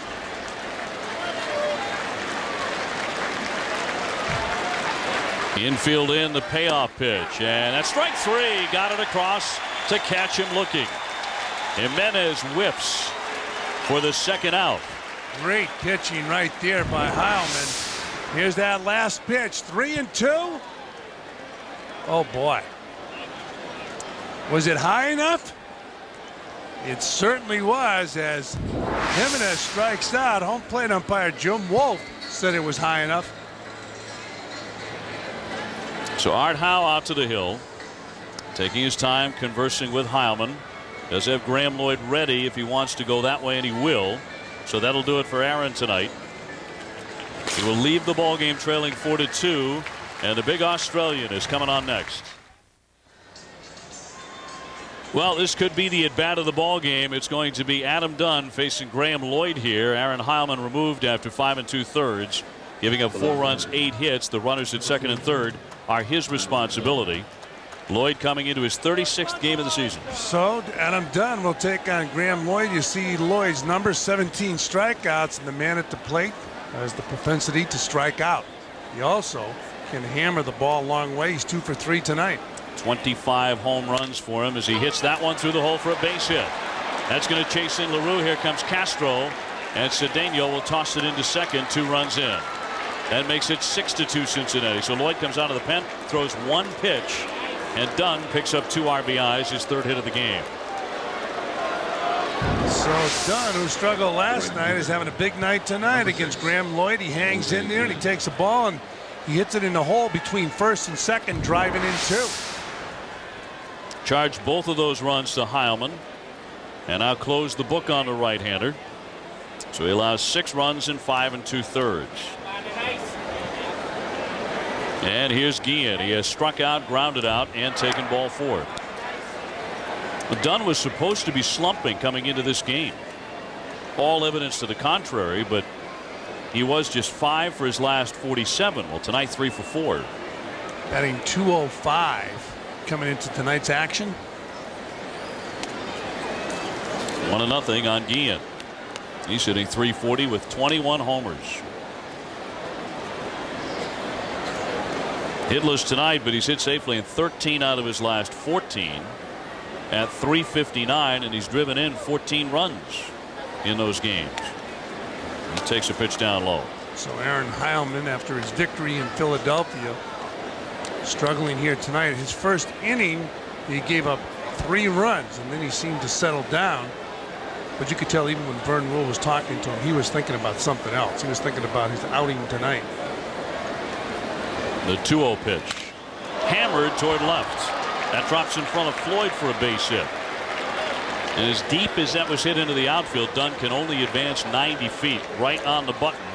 And Guillen stays hot. Well, you called that, Dave. Guillen, as you mentioned, has turned his career around this season. Listen to this. Oh, he clobbered that ball. Elias Sports Bureau had a great line. They said Jose Guillen is the new Joe Hardy. He has apparently made some kind of deal with the devil prior to this year. Guillen had played 6 years in the majors, never had more than 14 homers, and never hit higher than .274. Of course, Joe Hardy, the character in the damn Yankees. Well, this copyrighted telecast is presented by authority of Sterling METS and may not be reproduced or retransmitted in any form. The accounts and descriptions of this game may not be disseminated without express written consent of Sterling METS. 6-2 Cincinnati. And Almonte starts to warm up quickly. So Art Howe, his young right-hander, former property of the Chicago White Sox, gets him going, and here's Sean Casey. Ground ball, a diving knockdown by Phillips. A play at first, close, got him. That's out number 3. So that's how the inning comes to an end. But 3 more hits and 2 more runs in the frame for Cincinnati. They extend their lead from 4-2 to 6-2 as we go to the bottom of the 6th. Home half of the 6th inning coming up. Time for Dodge Trivia. Jason Phillips' 14-game hitting streak is tied for 3rd longest by a Met rookie. Which Met rookie has the longest streak? Now, Frank, can you identify that player without guessing? Without guessing, no.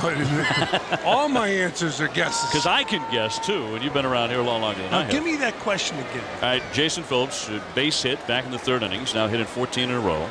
That's tied for the 3rd longest ever by a Met rookie. But who has the longest streak as a rookie? Why do I want to say Vail?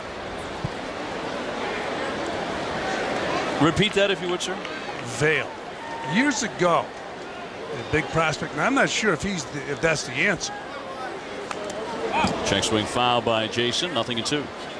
He might be missing something. You know what I heard from the truck when you said Vail? What's that? I heard a woo. Yeah, but that could be a trick.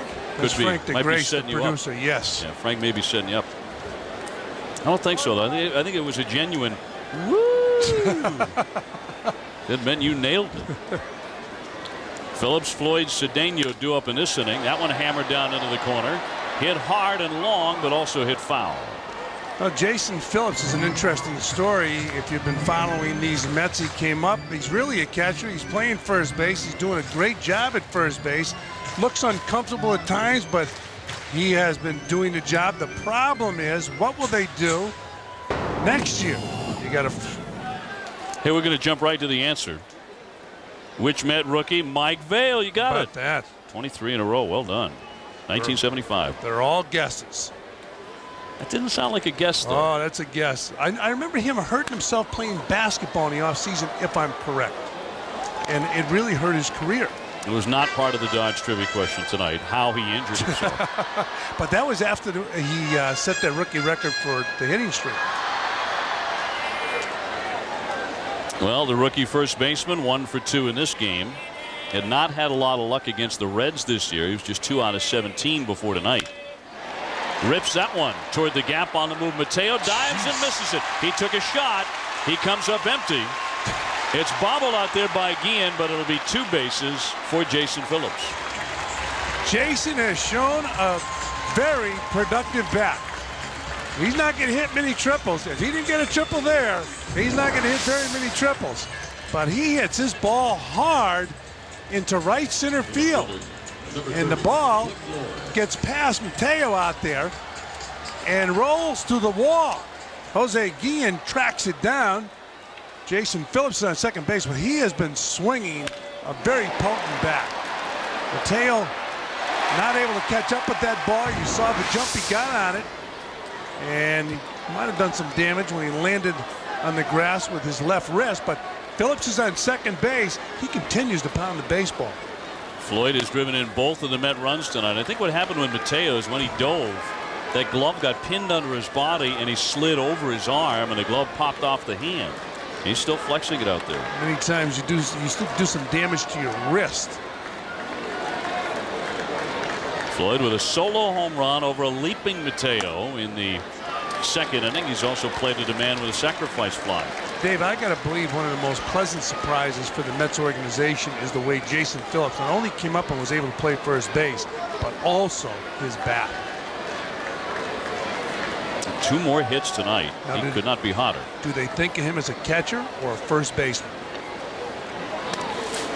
That's going to be the debate when Mike Piazza returns. Eventually eclipses the Carlton Fisk record for home runs, which is going to be allowed to happen.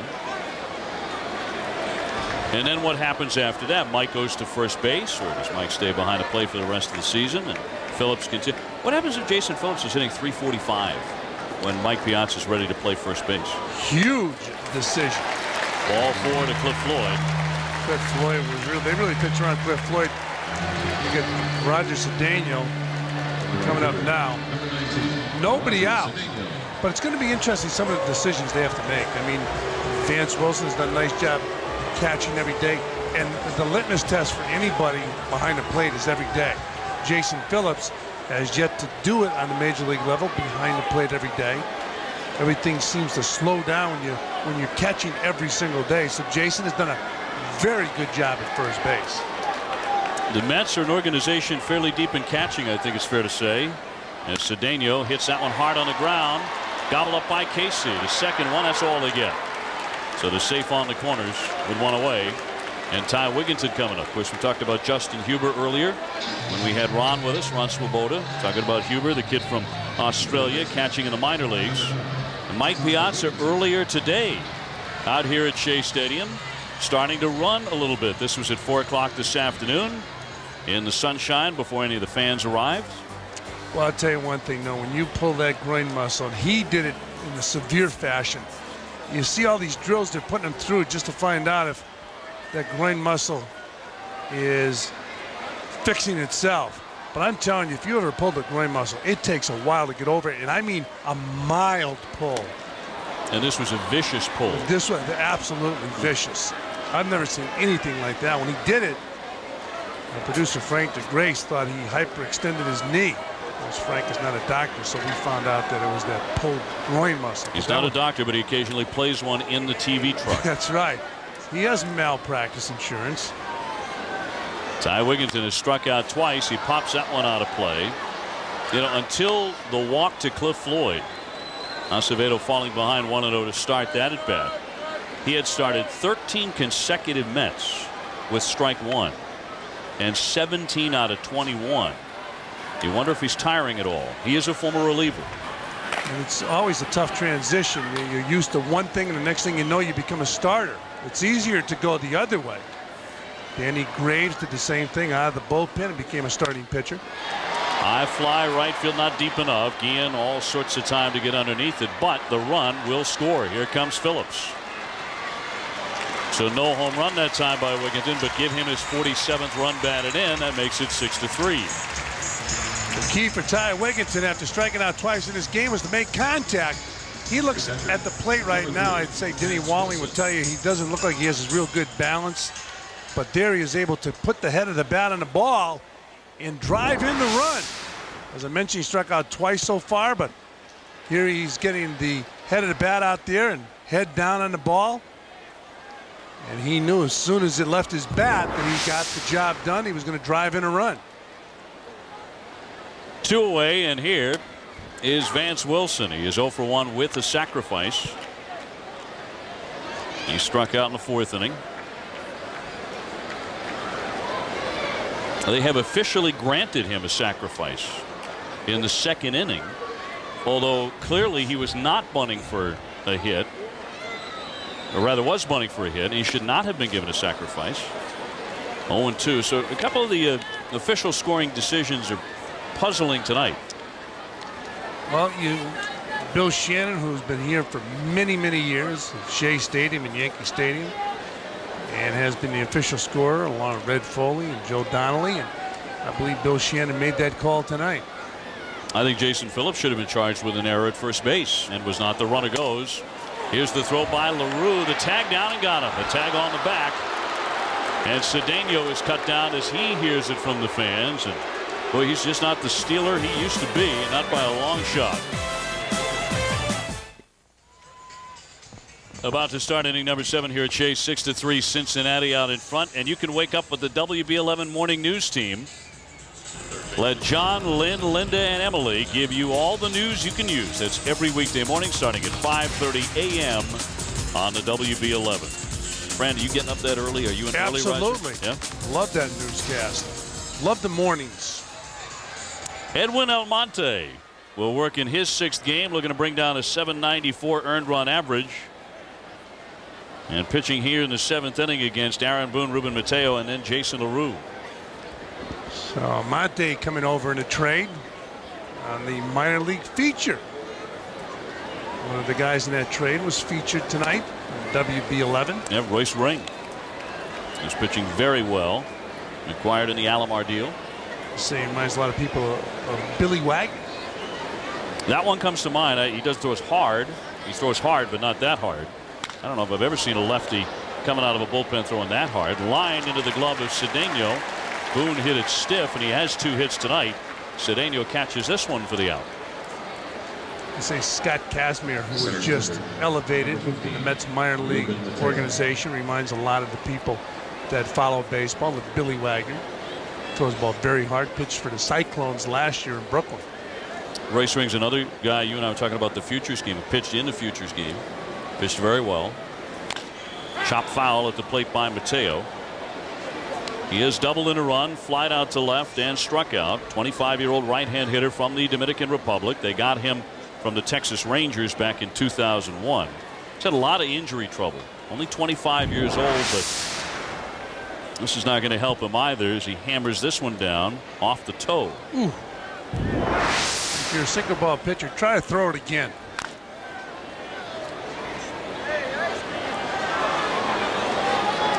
The Cincinnati Reds have to make some big decisions on players. And one player is Aaron Boone. What are they going to do with him? You mentioned how there was rumors he was going to be traded to the Cubs. Yeah, that was before the Aramis Ramirez trade from the Pirates, and the Cubs got themselves a third baseman. He's got an unusual grip on the bat, Fran. He's got that slightly split grip. Yeah, of course, they talk about the old timers using that type of grip. A guy named Dick McCullough from the state of Connecticut played for the Tigers, and he had his hands separated. You don't see that very often today, although right there he doesn't have them separated.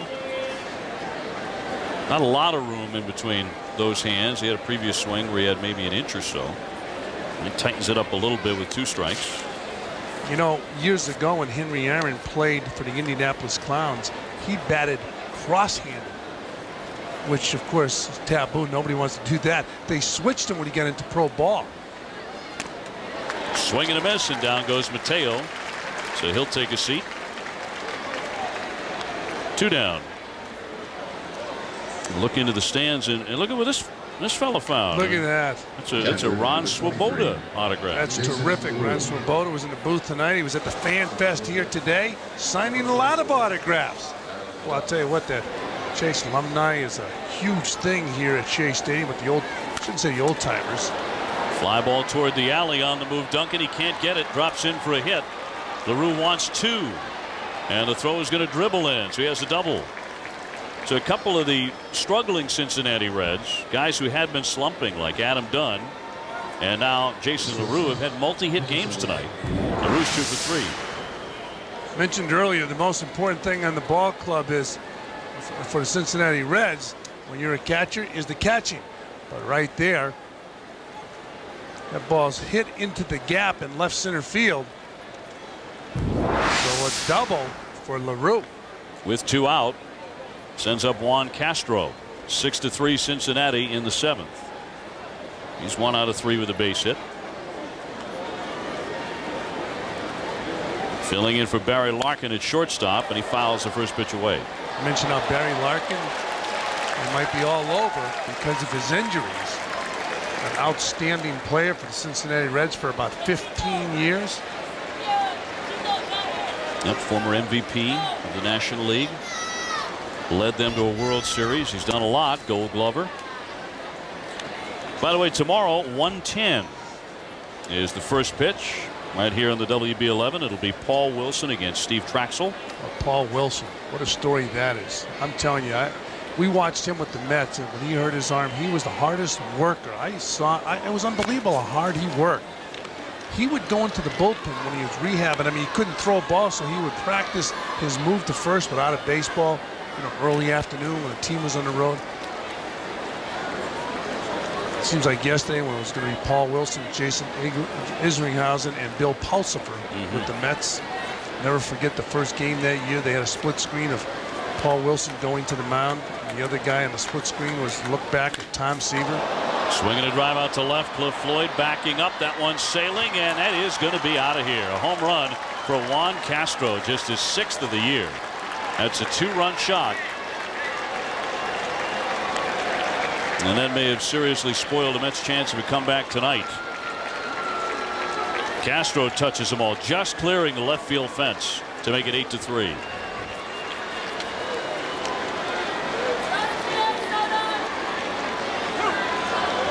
All of a sudden, this crowd here at Shea Stadium gets very quiet as Castro hit his 6th home run of the season over that left center field fence. It was one of those rather low line drive home runs. You wondered if it had enough to creep over the fence, and it did.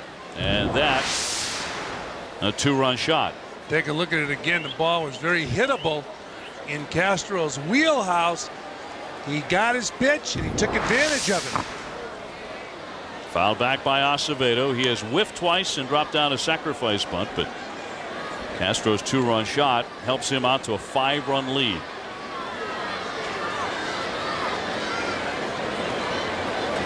Twelve hits now for Cincinnati. The Mets have 5, and a swing and a miss for strike 3.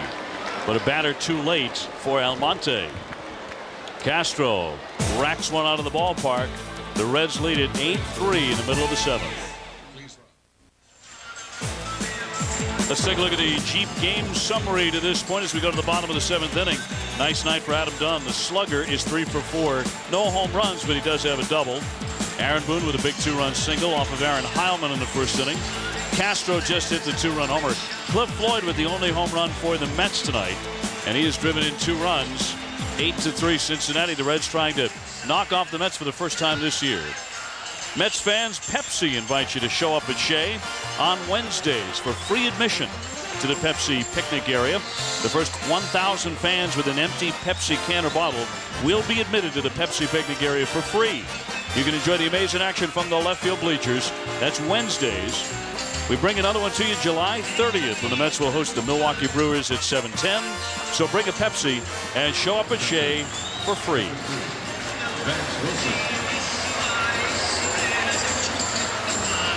Nice to have you with us on the Saturday nights here at Shea. It is 8-3 Cincinnati. The Reds have lost all 4 games against the Mets so far this year.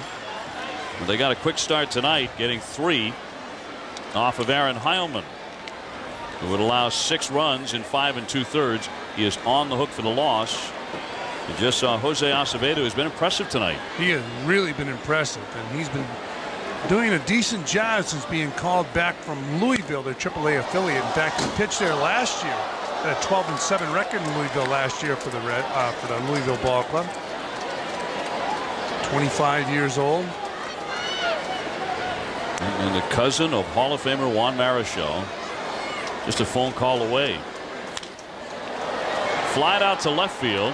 Dunn moves toward the alley. Mateo coming over, and Dunn will take it. Vance Wilson is gone. So still just the 1 hit in his last 30 at bats for Vance Wilson.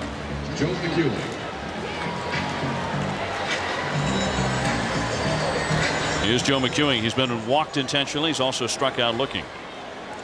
Acevedo, by the way, is one of 24 active players born in Santo Domingo in the Dominican Republic. The highest total of current Major League players from any city, foreign or domestic. I was surprised when I read that. Santo Domingo. Santo Domingo, Dominican Republic. Second is San Diego, California. Then Caracas, Venezuela. Then Houston, Texas. And then Los Angeles. I would have always thought L.A. Punched up the middle by McEwing. And Joe is 0 for 2. Base is empty, 2 away. Tony Clark will pinch hit now. So he'll be batting for El Monte in the 9 slot. Jeff Duncan after him should we get that far. How about Florida? You know, that's the other thing. Nobody from Miami on that list. I mean, at least not in terms of the top cities producing major leaguers. Very surprised as you look at Dan Wheeler. A lot of great talent down there in Florida. I guess it's more spread out in the state of Florida.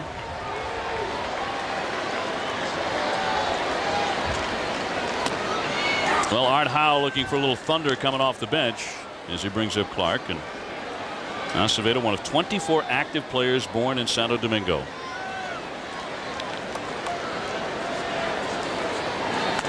A lot of great players hailing from Caracas, Venezuela. A lot of wonderful infielders. And as we mentioned earlier, I think it has made defense exciting. They're able to use that glove, use one hand. I know they say the fundamentally sound player gets in front of the ball, uses 2 hands, so that's fine, but also to be able to use that glove, use one hand. The gloves are made for that today. Omar Vizquel, a guy who doesn't even need a glove a lot of the time from Caracas. Swing and a miss. And Clark fans, Acevedo continues to look very sharp. He gets the Mets 1, 2, 3 in the 7th.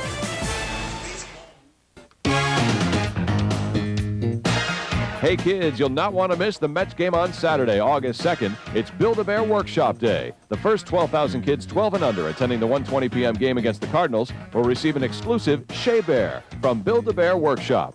For your tickets, stop by Shea Stadium or Keyspan Park. Visit a Mets clubhouse shop. Log on to Mets.com or call 718-507-TIXX.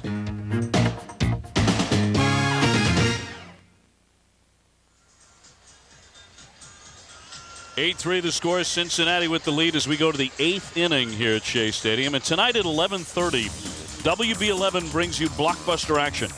Arnold Schwarzenegger stars in the hit movie Predator. Or as he says, Predator.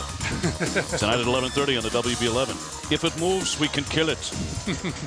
That's the line of that film, isn't it? I mean, great. No, I guess not. John says not even close. And a really bad Arnold impression. Yeah, you were talking to John McComb. John McComb was in the movie On the Waterfront. John was in On the Waterfront. He was in it when he was a little kid at the time. But Elia Kazan said, I know this guy's going to do something. He's going to do it well. And John's still looking. And he wasn't talking about stage managing, although he does do that very, very well. Yes, he does. John's our man here in the booth. Keeping us honest, here's Jimenez. He's gone 0 for 3. His night started painfully as he was nailed on the shoulder by Aaron Heilman on an 0-2 pitch. And would later come around to score. Cincinnati scored 3 times in that first inning. Get over there. Wraps that one right at the feet of Phillips. He'll do it himself for out number 1.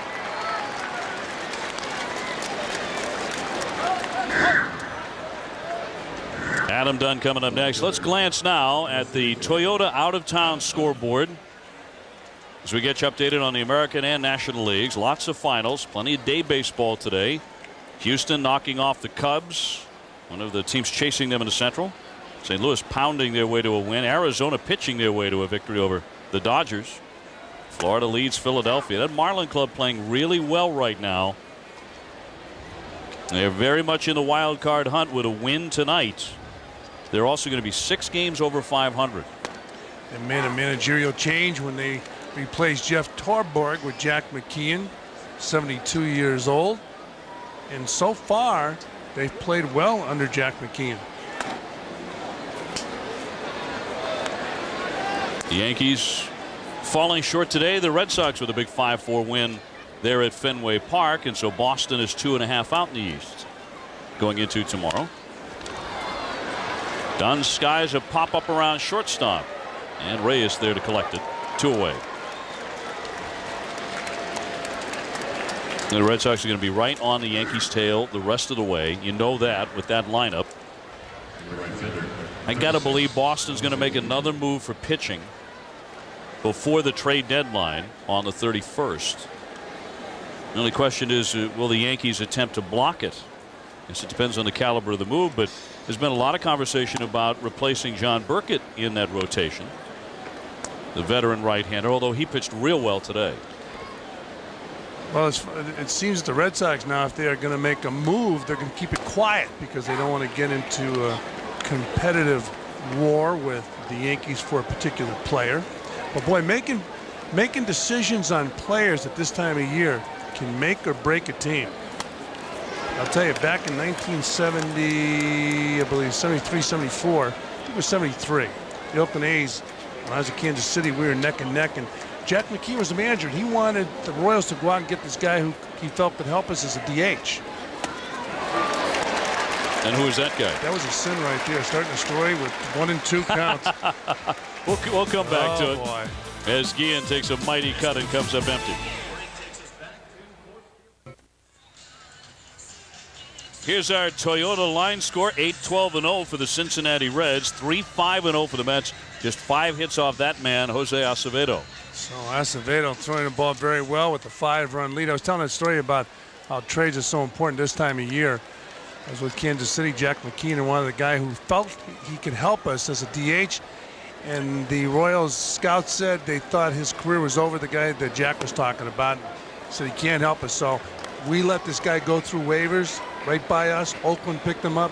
Darren Johnson hit about 20 home runs and drove in about 80 runs for him. Yeah. And made the difference, and they beat us. Apparently not done. No, he wasn't done. In there for a strike on Duncan. Jeff Duncan is 0 for 3 tonight, so a rather quiet night at the top of the order. He hasn't had many of those. 2 strikeouts included. So the rookie, who's been getting on a lot the last couple of weeks since being promoted from Binghamton, takes a strike and falls behind 1 and 2. His average down to .319. Jose Reyes on deck. His average going in the opposite direction. He has a base hit tonight. It'll be a series of adjustments for any young player. Even the veterans in the big leagues, they'll tell you they stay around a long time because they made adjustments. He pulls that one, a friendly hop for Casey for the first out. You just don't want somebody like Duncan to start pressing, trying to do things that he's incapable of doing, or any young player. You want them to get their feet wet in the big leagues and get their confidence so they can relax. All those guys up at the Hall of Fame did it with a lot of confidence, a lot of ability, and a lot of confidence. And again, congratulations to Gary Carter and Eddie Murray. Reyes with a base hit in the third. So his average sitting at 282. He was batting 229 on the 18th of July. So here it is on July 26. And a 282 batting average. 6 times in his last 7 games he's had 2 hits or more. And one of those games was last night when he went 3 for 4. Well, before the game today, look at, he was taking some ground balls off the bat of Matt Galante. Matt was not in your picture, but he was very close to him and hitting that ball hard at Reyes. What I liked about Reyes was 2 years ago, not this past spring training, but 2 years ago, he made a statement in spring training, I'll be in the big league shortly. Gotta love that attitude. What was he, 17 years old? Hammers that one toward the middle. Nice backhand stab by Jimenez. A fine play as he throws out Reyes. And there are 2 gone. He knew he had to get rid of that ball in a hurry as soon as he grabbed it. Watch this. He knows Reyes is running. All one motion. Grabs it, throws across his body, and gets Reyes. Ball hit up the middle. Nice play by Jimenez. Not that easy to throw a ball like this. Real good play by D'Angelo Jimenez, the second baseman with the Cincinnati Reds, to get Jose Reyes. By 5 steps. Yeah. I think Reyes thought that ball might get through.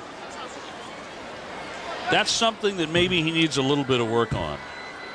Well, last night he hit a triple where I felt if he busted it from home plate out of the box, he might have had a shot at an inside the park home run. Right. He gets out of the box quickly.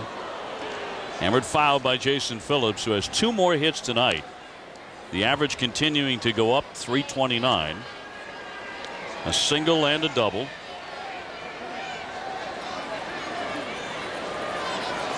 So he's hitting 14 in a row, and he's hitting about 450 during the hitting streak. And really, his hot hitting goes back even longer than the 14 games. You go back to 34 games. He's hitting around 400 over that span. You're talking about 5-6 weeks worth of hitting. And he made the adjustment to first base, which helps keep him strong. Because if you're playing first base and not catching every day, you're a whole lot stronger at that position.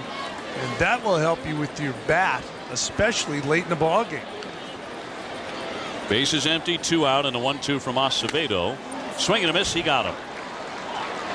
Another quick inning for Jose Acevedo, the 25-year-old from the Dominican. It's 8-3 Cincinnati. Dave O'Brien from Shea Stadium. It is 8-3 Cincinnati. And here comes the captain, Johnny Franco, out of the bullpen to work in the 9th inning. He'll work to 4, 5, and 6. Casey, Boone, and Mateo, just to try and stay fresh here. Numbers right there. 3 strikeouts. He picked up a save. First save in 2 years for John Franco. Coming off that serious surgery on his left arm. What's amazing, I think that's one of the biggest advances in all of sports is medical science. At one time, you had a rotator cuff injury, and John didn't have that, but your career was over. Happened to Mel Stottlemyre. They said you can either have the operation, your career might be over even if you have it, or your career will be over if you don't have it. He opted to forget the surgery, and now you can have the operation and come back, and some guys are throwing harder. That's very true of Tommy John surgery, especially the young guys who have it, as Sean Casey, 1 for 4 tonight, steps in. The guy tears that ligament and has to have the Tommy John replacement surgery. Maybe he throws 92, 93 before it. Often you see them coming back throwing 94, 95 or better. I think John Smoltz throws harder after his. He's been really throwing the ball very, very hard coming out of that bullpen for the Braves. He blew a save the other day, and nobody could believe it. But John Smoltz is throwing the ball extremely hard, and he had reconstructive surgery. Sean Casey batting. He is the unofficial mayor of the city of Cincinnati. And You know, if every guy who came to first base who had a conversation with Casey was eligible to vote, he'd win that in a landslide because he talks to everybody all the time. In fact, every once in a while, his manager Boone has to yell out, "Hey, go ahead and take that guy to dinner if you guys are having that much fun over there, but concentrate on the game." In a good-hearted way, but he's a great kid. Yeah, and he has concentrated on his game to bat over 300, 10 home runs, 52 RBIs, and he's been over that 300 mark since coming to the Cincinnati Reds. Look at it, got that back leg, though. He lifts that back leg prior to every pitch.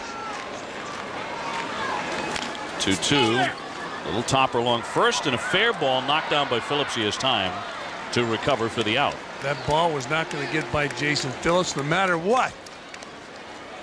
He was going to go down on both knees if he had it to keep that ball in front of him.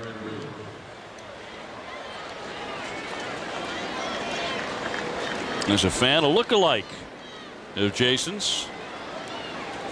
I mean, you know, here it is at almost 9:40 on a Saturday night. The kid's wearing his shades.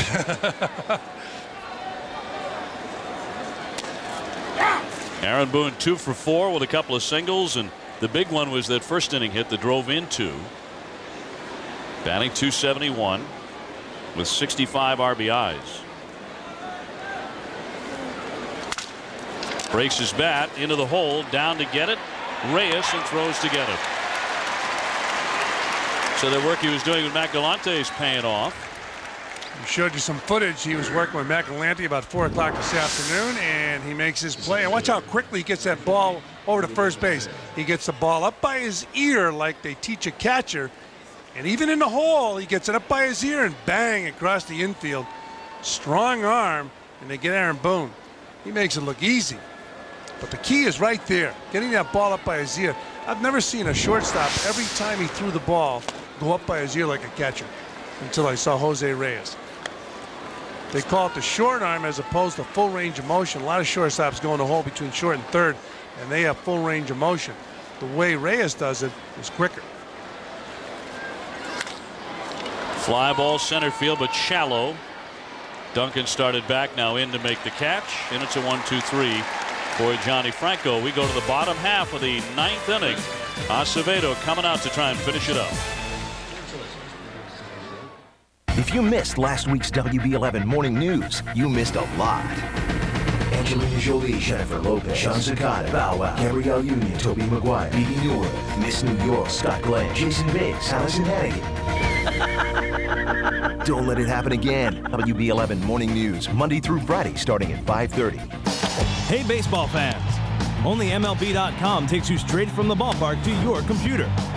So don't miss a second of the action.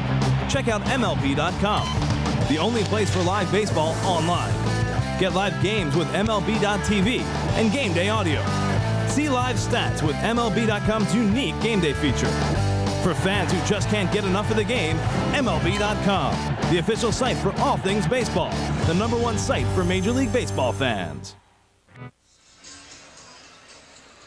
This 25-year-old from Santo Domingo in the Dominican is trying for a complete game here. He's coming off a marvelous effort, 7 innings, 2 hits against Milwaukee.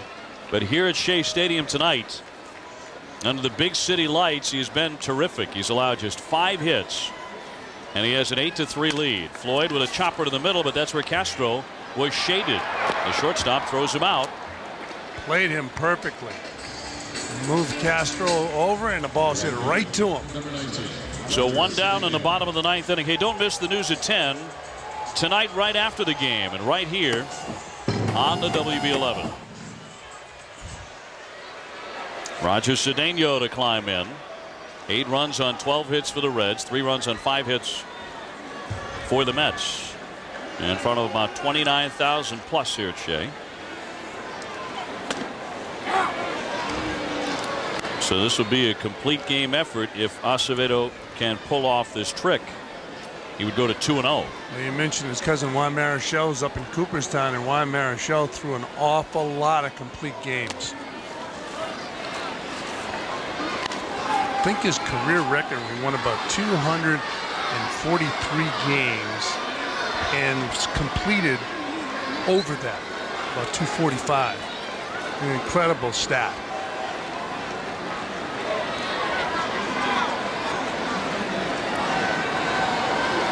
The righty's 1-1 pitch has popped up. So he looks like he means to make very quick work of the Mets in this inning. Jimenez with the catch, 2 down. Excuse me, Dave. We mentioned earlier in the ball game that Acevedo was throwing first pitch strikes. He's been doing it all night long. Well, the GM turning point tonight, you go back to the 6th inning. Graham Lloyd had just come on with a couple of men on base, and there's Adam Dunn knocking it through the hole. He winds up with the key hit in the contest. That really the put-away blow for Cincinnati. Good night for Dunn as he winds up with 2 RBIs in that swing and 3 hits in the game. Adam Dunn, that was the turning point, because the Mets were still in a ball game up until that time, but that was a big blow off the bat of Adam Dunn. You bring the left-hander in to get him out. You want him to face a one-hitter. Graham Lloyd couldn't get him. Dunn won the battle. Foul away, and quickly it's 0-2. Really, where Acevedo, if he's going to win this thing, he won it on first pitch strikes. Just remarkable. 26 out of 34 first pitch strikes. Can't beat it. It's so important to get ahead, and Acevedo's done it tonight. From the get-go, from the beginning of this game, he was getting ahead of the hitters. Ground ball. Acevedo has to get there. The flip by Casey, close, and got him. That's the ball game. So for the first time this year, the Cincinnati Reds have defeated the New York Mets by a final score of 8-3. Fran, thanks so much. Dave, always a pleasure, sir. Keith Hernandez joins us tomorrow for the 3rd game of the series right here on the WB11. Join us at 1 o'clock. Taxi is coming your way next. Thanks for joining us. 8-3, Cincinnati wins it.